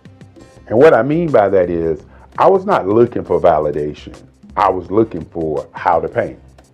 And by looking for how to paint, I created something that nobody expected to come from me, because just 2 days prior, I was asking people in class how to paint.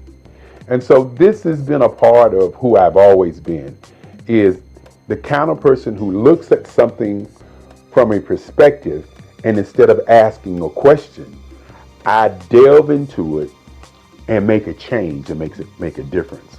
And so as the kids were standing around my piece, I walked into class, and true to form, I am never been a person who is always trying to talk about what I do. As my great grandfather used to say, great people are not people who are walking around talking about being great. They're doing great things. And so I walked in and I walked past the students, and I started to pull out my paints in my box. And one of the students says to me, and this was a moment in my life when I really realized that I didn't need validation from people in me making my art. I just needed to continue making art. One person said, "That's not yours. What are you doing?" And I turned and I looked at the student, most of us seniors, and I said, "It is mine." I said to them, I worked on it from 4 o'clock until 4 o'clock yesterday morning. And then one of the students just said, "I just can't believe it." And I just turned and began to work on my work. This has been what's happened to me in art all my life. It's never been about me looking to be a great artist. It's always been about, what is the identity? What is the intent? Why do I draw? What about this practice that I have? What about this museum that I have that makes me continue to draw and paint? And so in college, it was very, very interesting after that time as I created my first piece. And then all of a sudden, the other students start asking me questions about how I did it. And that was more important to me than anything else. Not that I did it, but being asked how. And as I said before, I utilize my artwork or utilize my painting as painting as I was doing pastels. Pastels was my first love. And once I got to college, I had to begin to think about what my identity, what I was going to do in art. Was I going to be doing figuration? Was I going to be doing scenes? What was I really going to do? And I remember Carlisle, who was one of my teachers. And Mr. Carlisle, I remember Mr. Carlisle. And Mr. Carlisle was a teacher, an art teacher, who said to me, he liked the way I was doing large pieces. And that large pieces was something different from what the other students were doing. And so what I decided to do was to try to figure out what kind of artist I wanted to be. You know, I opened up talking about identity and intention. And I'm going to talk about power and color and emotions later. But what kind of artist was I going to be? And so Mr. Carlisle and Kennedy and some of the other teachers decided that they were going to take us art students to Washington, D.C. And taking us to Washington, D.C. to a art show by an art show curated called 200 Years of African American Art. And you have to understand that in those days, the information that we got was just so powerful.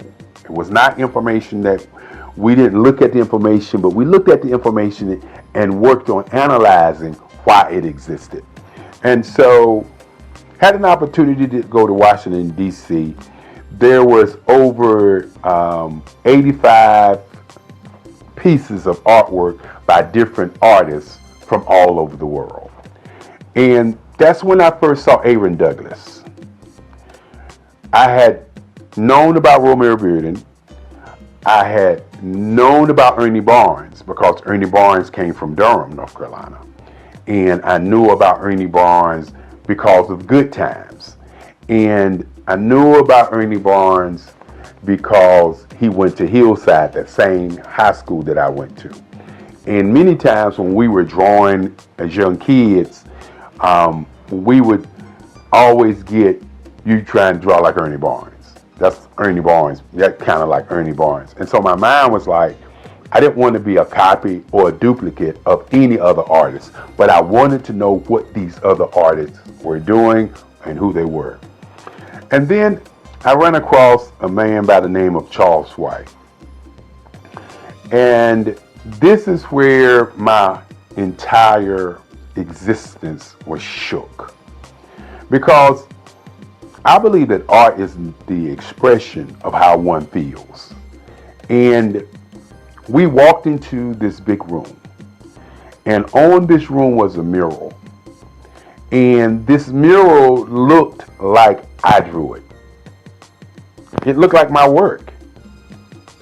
Mr. Carlisle said it. Mr. Kennedy said it. And I was looking at it and I was like, how can this be? How can this man's work be like my work? And who in the world is Charles White? And so this was a journey to kind of discover who he was, why he drew the way that he drew, what was the political part of the kind of art that he was doing.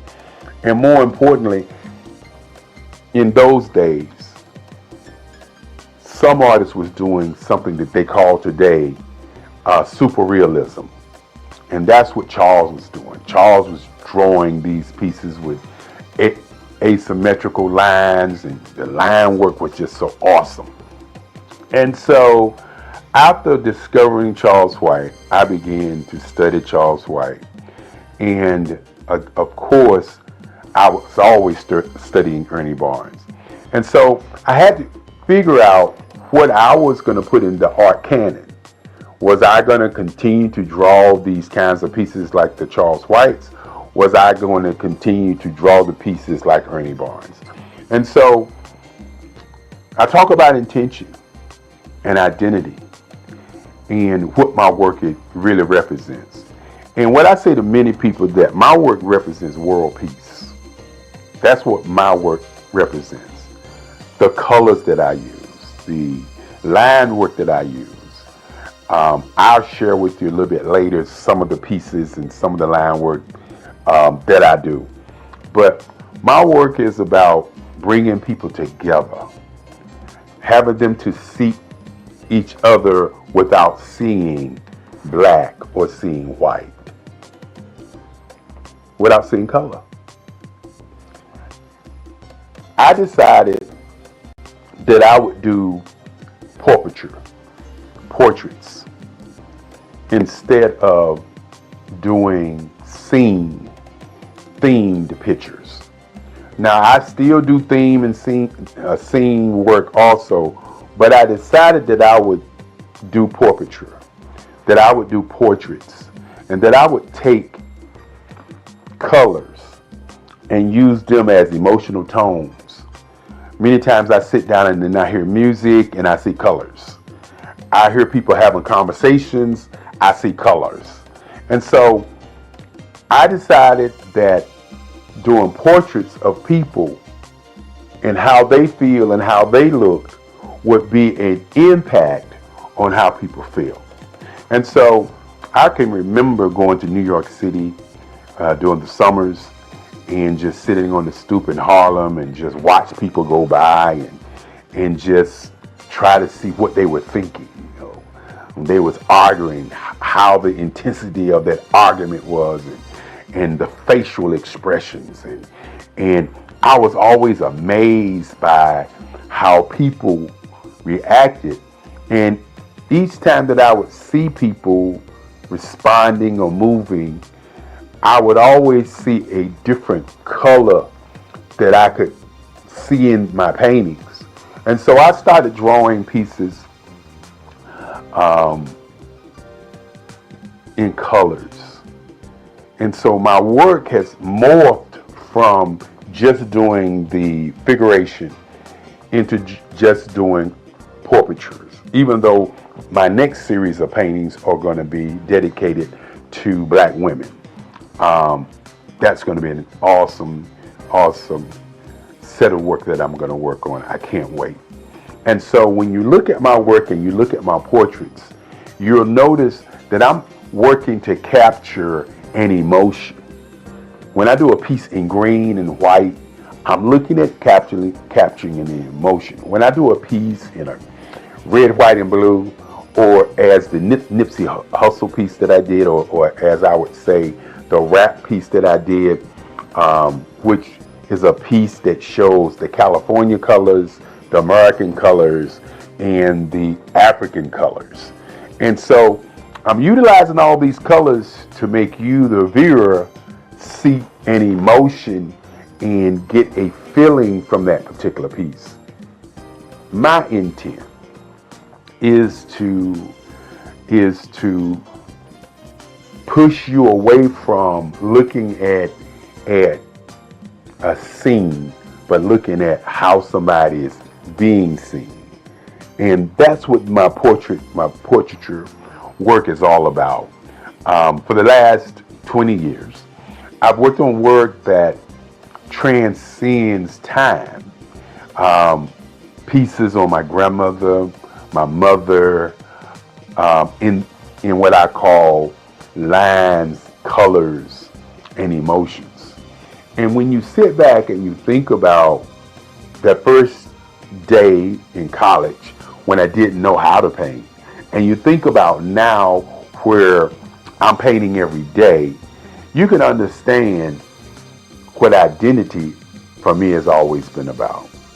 We hear about Black female artists. We hear about white women artists. We hear about white men artists, the Michelangelos, the Monets, and all of these guys, the Picassos. But what we don't hear is about many Black men artists and what is their intent and identity in the Black art canon. I don't want to be revered as a Black artist. And one of the reasons that I moved into doing the kind of work that I'm doing is because I want to be revered as an American artist. I don't want to be revered as an Black man artist, even though I'm a Black man. I want to be revered as an artist that painted people, portraits in different colors to get emotions from the viewer. I want my pieces to be large enough that it impacts you as you're looking at it, as opposed to you're just looking at a piece. You know, the colors are symbols and emotions that I get when I'm listening to music, when I'm painting. And so I want my audience to begin to look at my pieces as if it's an emotion, not just a painting, an emotion. And when you talk about all art being political, my work is about, again, how do we develop world peace through art? And I believe the way that we get to world peace through art is by stop looking at art as being Black or being white and looking at art as an entity of making, or as some people say, as creating a piece where you get emotions, where you get feelings, where you get an idea of what my intent is when I was actually creating or making the art. That is kind of where I am today in terms of my work.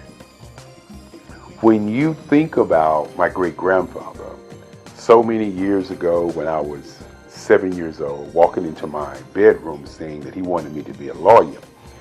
And he asked me what did I want to be, and I said I wanted to be an artist. And at that moment, he made a decision to create for me the Eric Kelly III Museum. After we went to look at museums to see what they were about, you have to understand that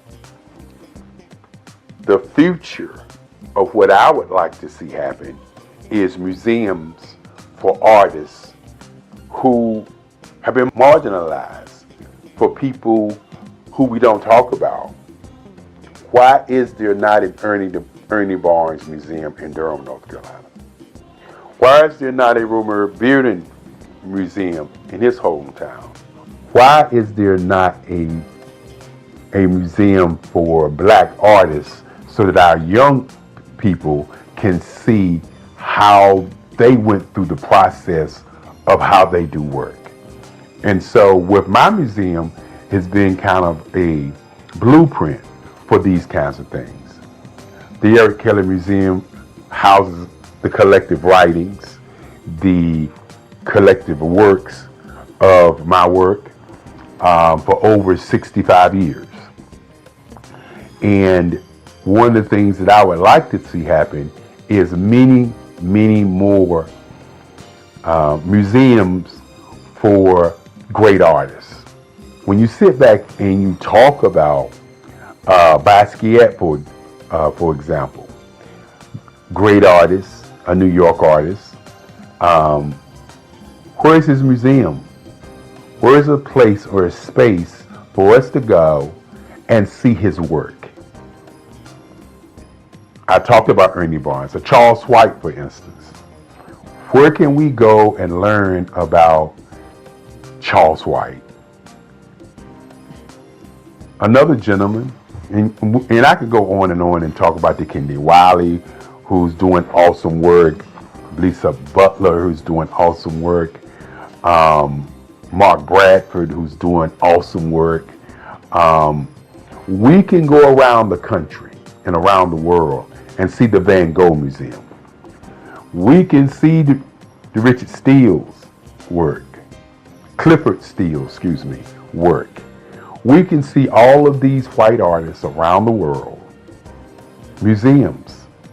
Where are the black museums for our young people to see the greatness of these artists who have gone on before us?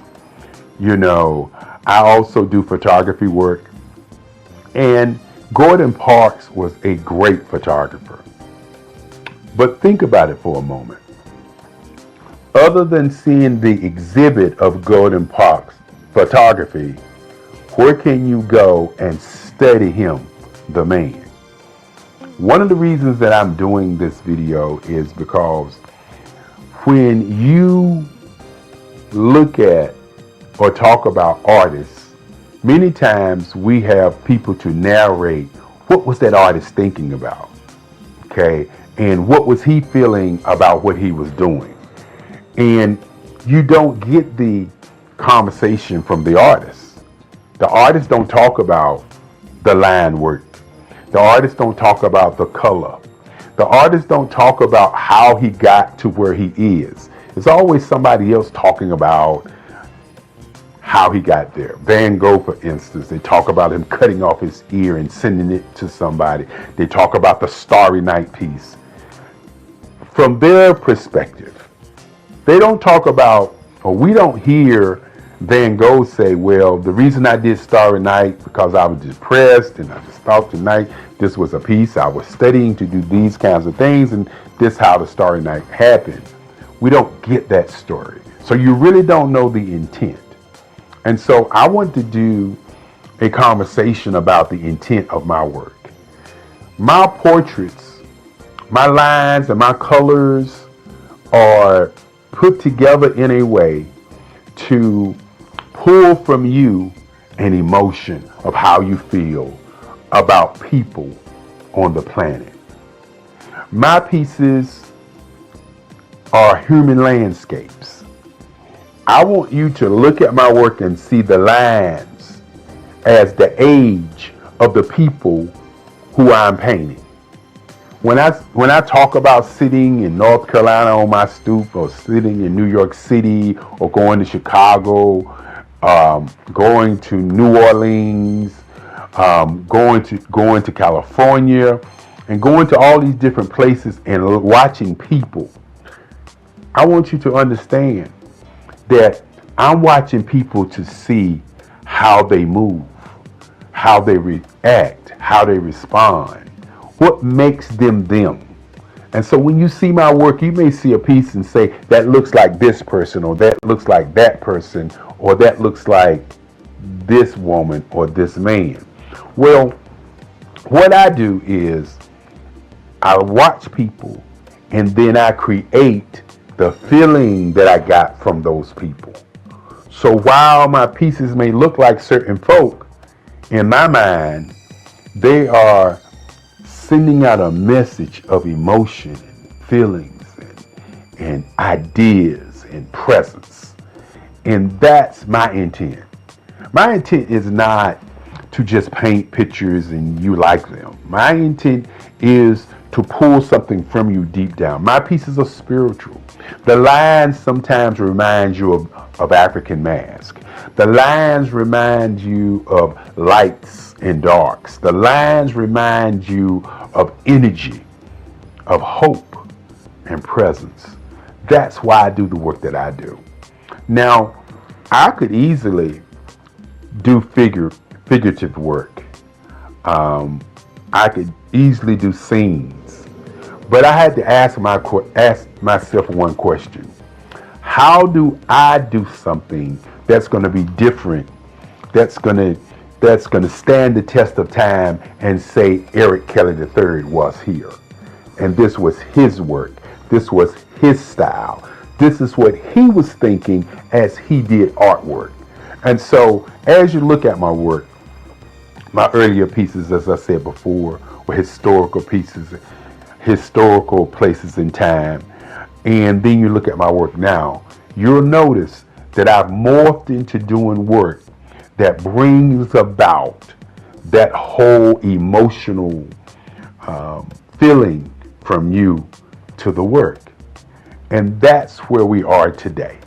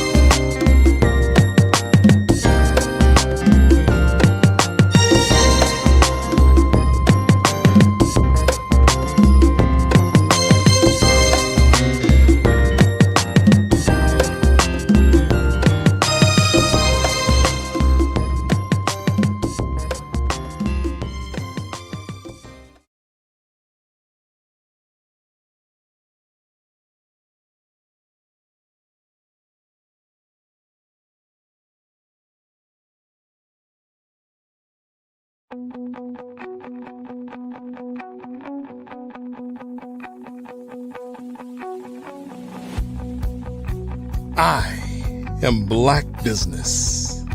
From the moment I wake until the time I sleep. Yes, I am Black Business. I am Black Business. Tell me, are you Black Business? I am Black Business. Do you support black businesses? Listen, I support black business because I am black business. Black Business Expo, one of the largest business showcases in the history of black business in the world. The world! Sign up today at www.blackbusinessexpousa.com or call 919-308-9090. I am black business.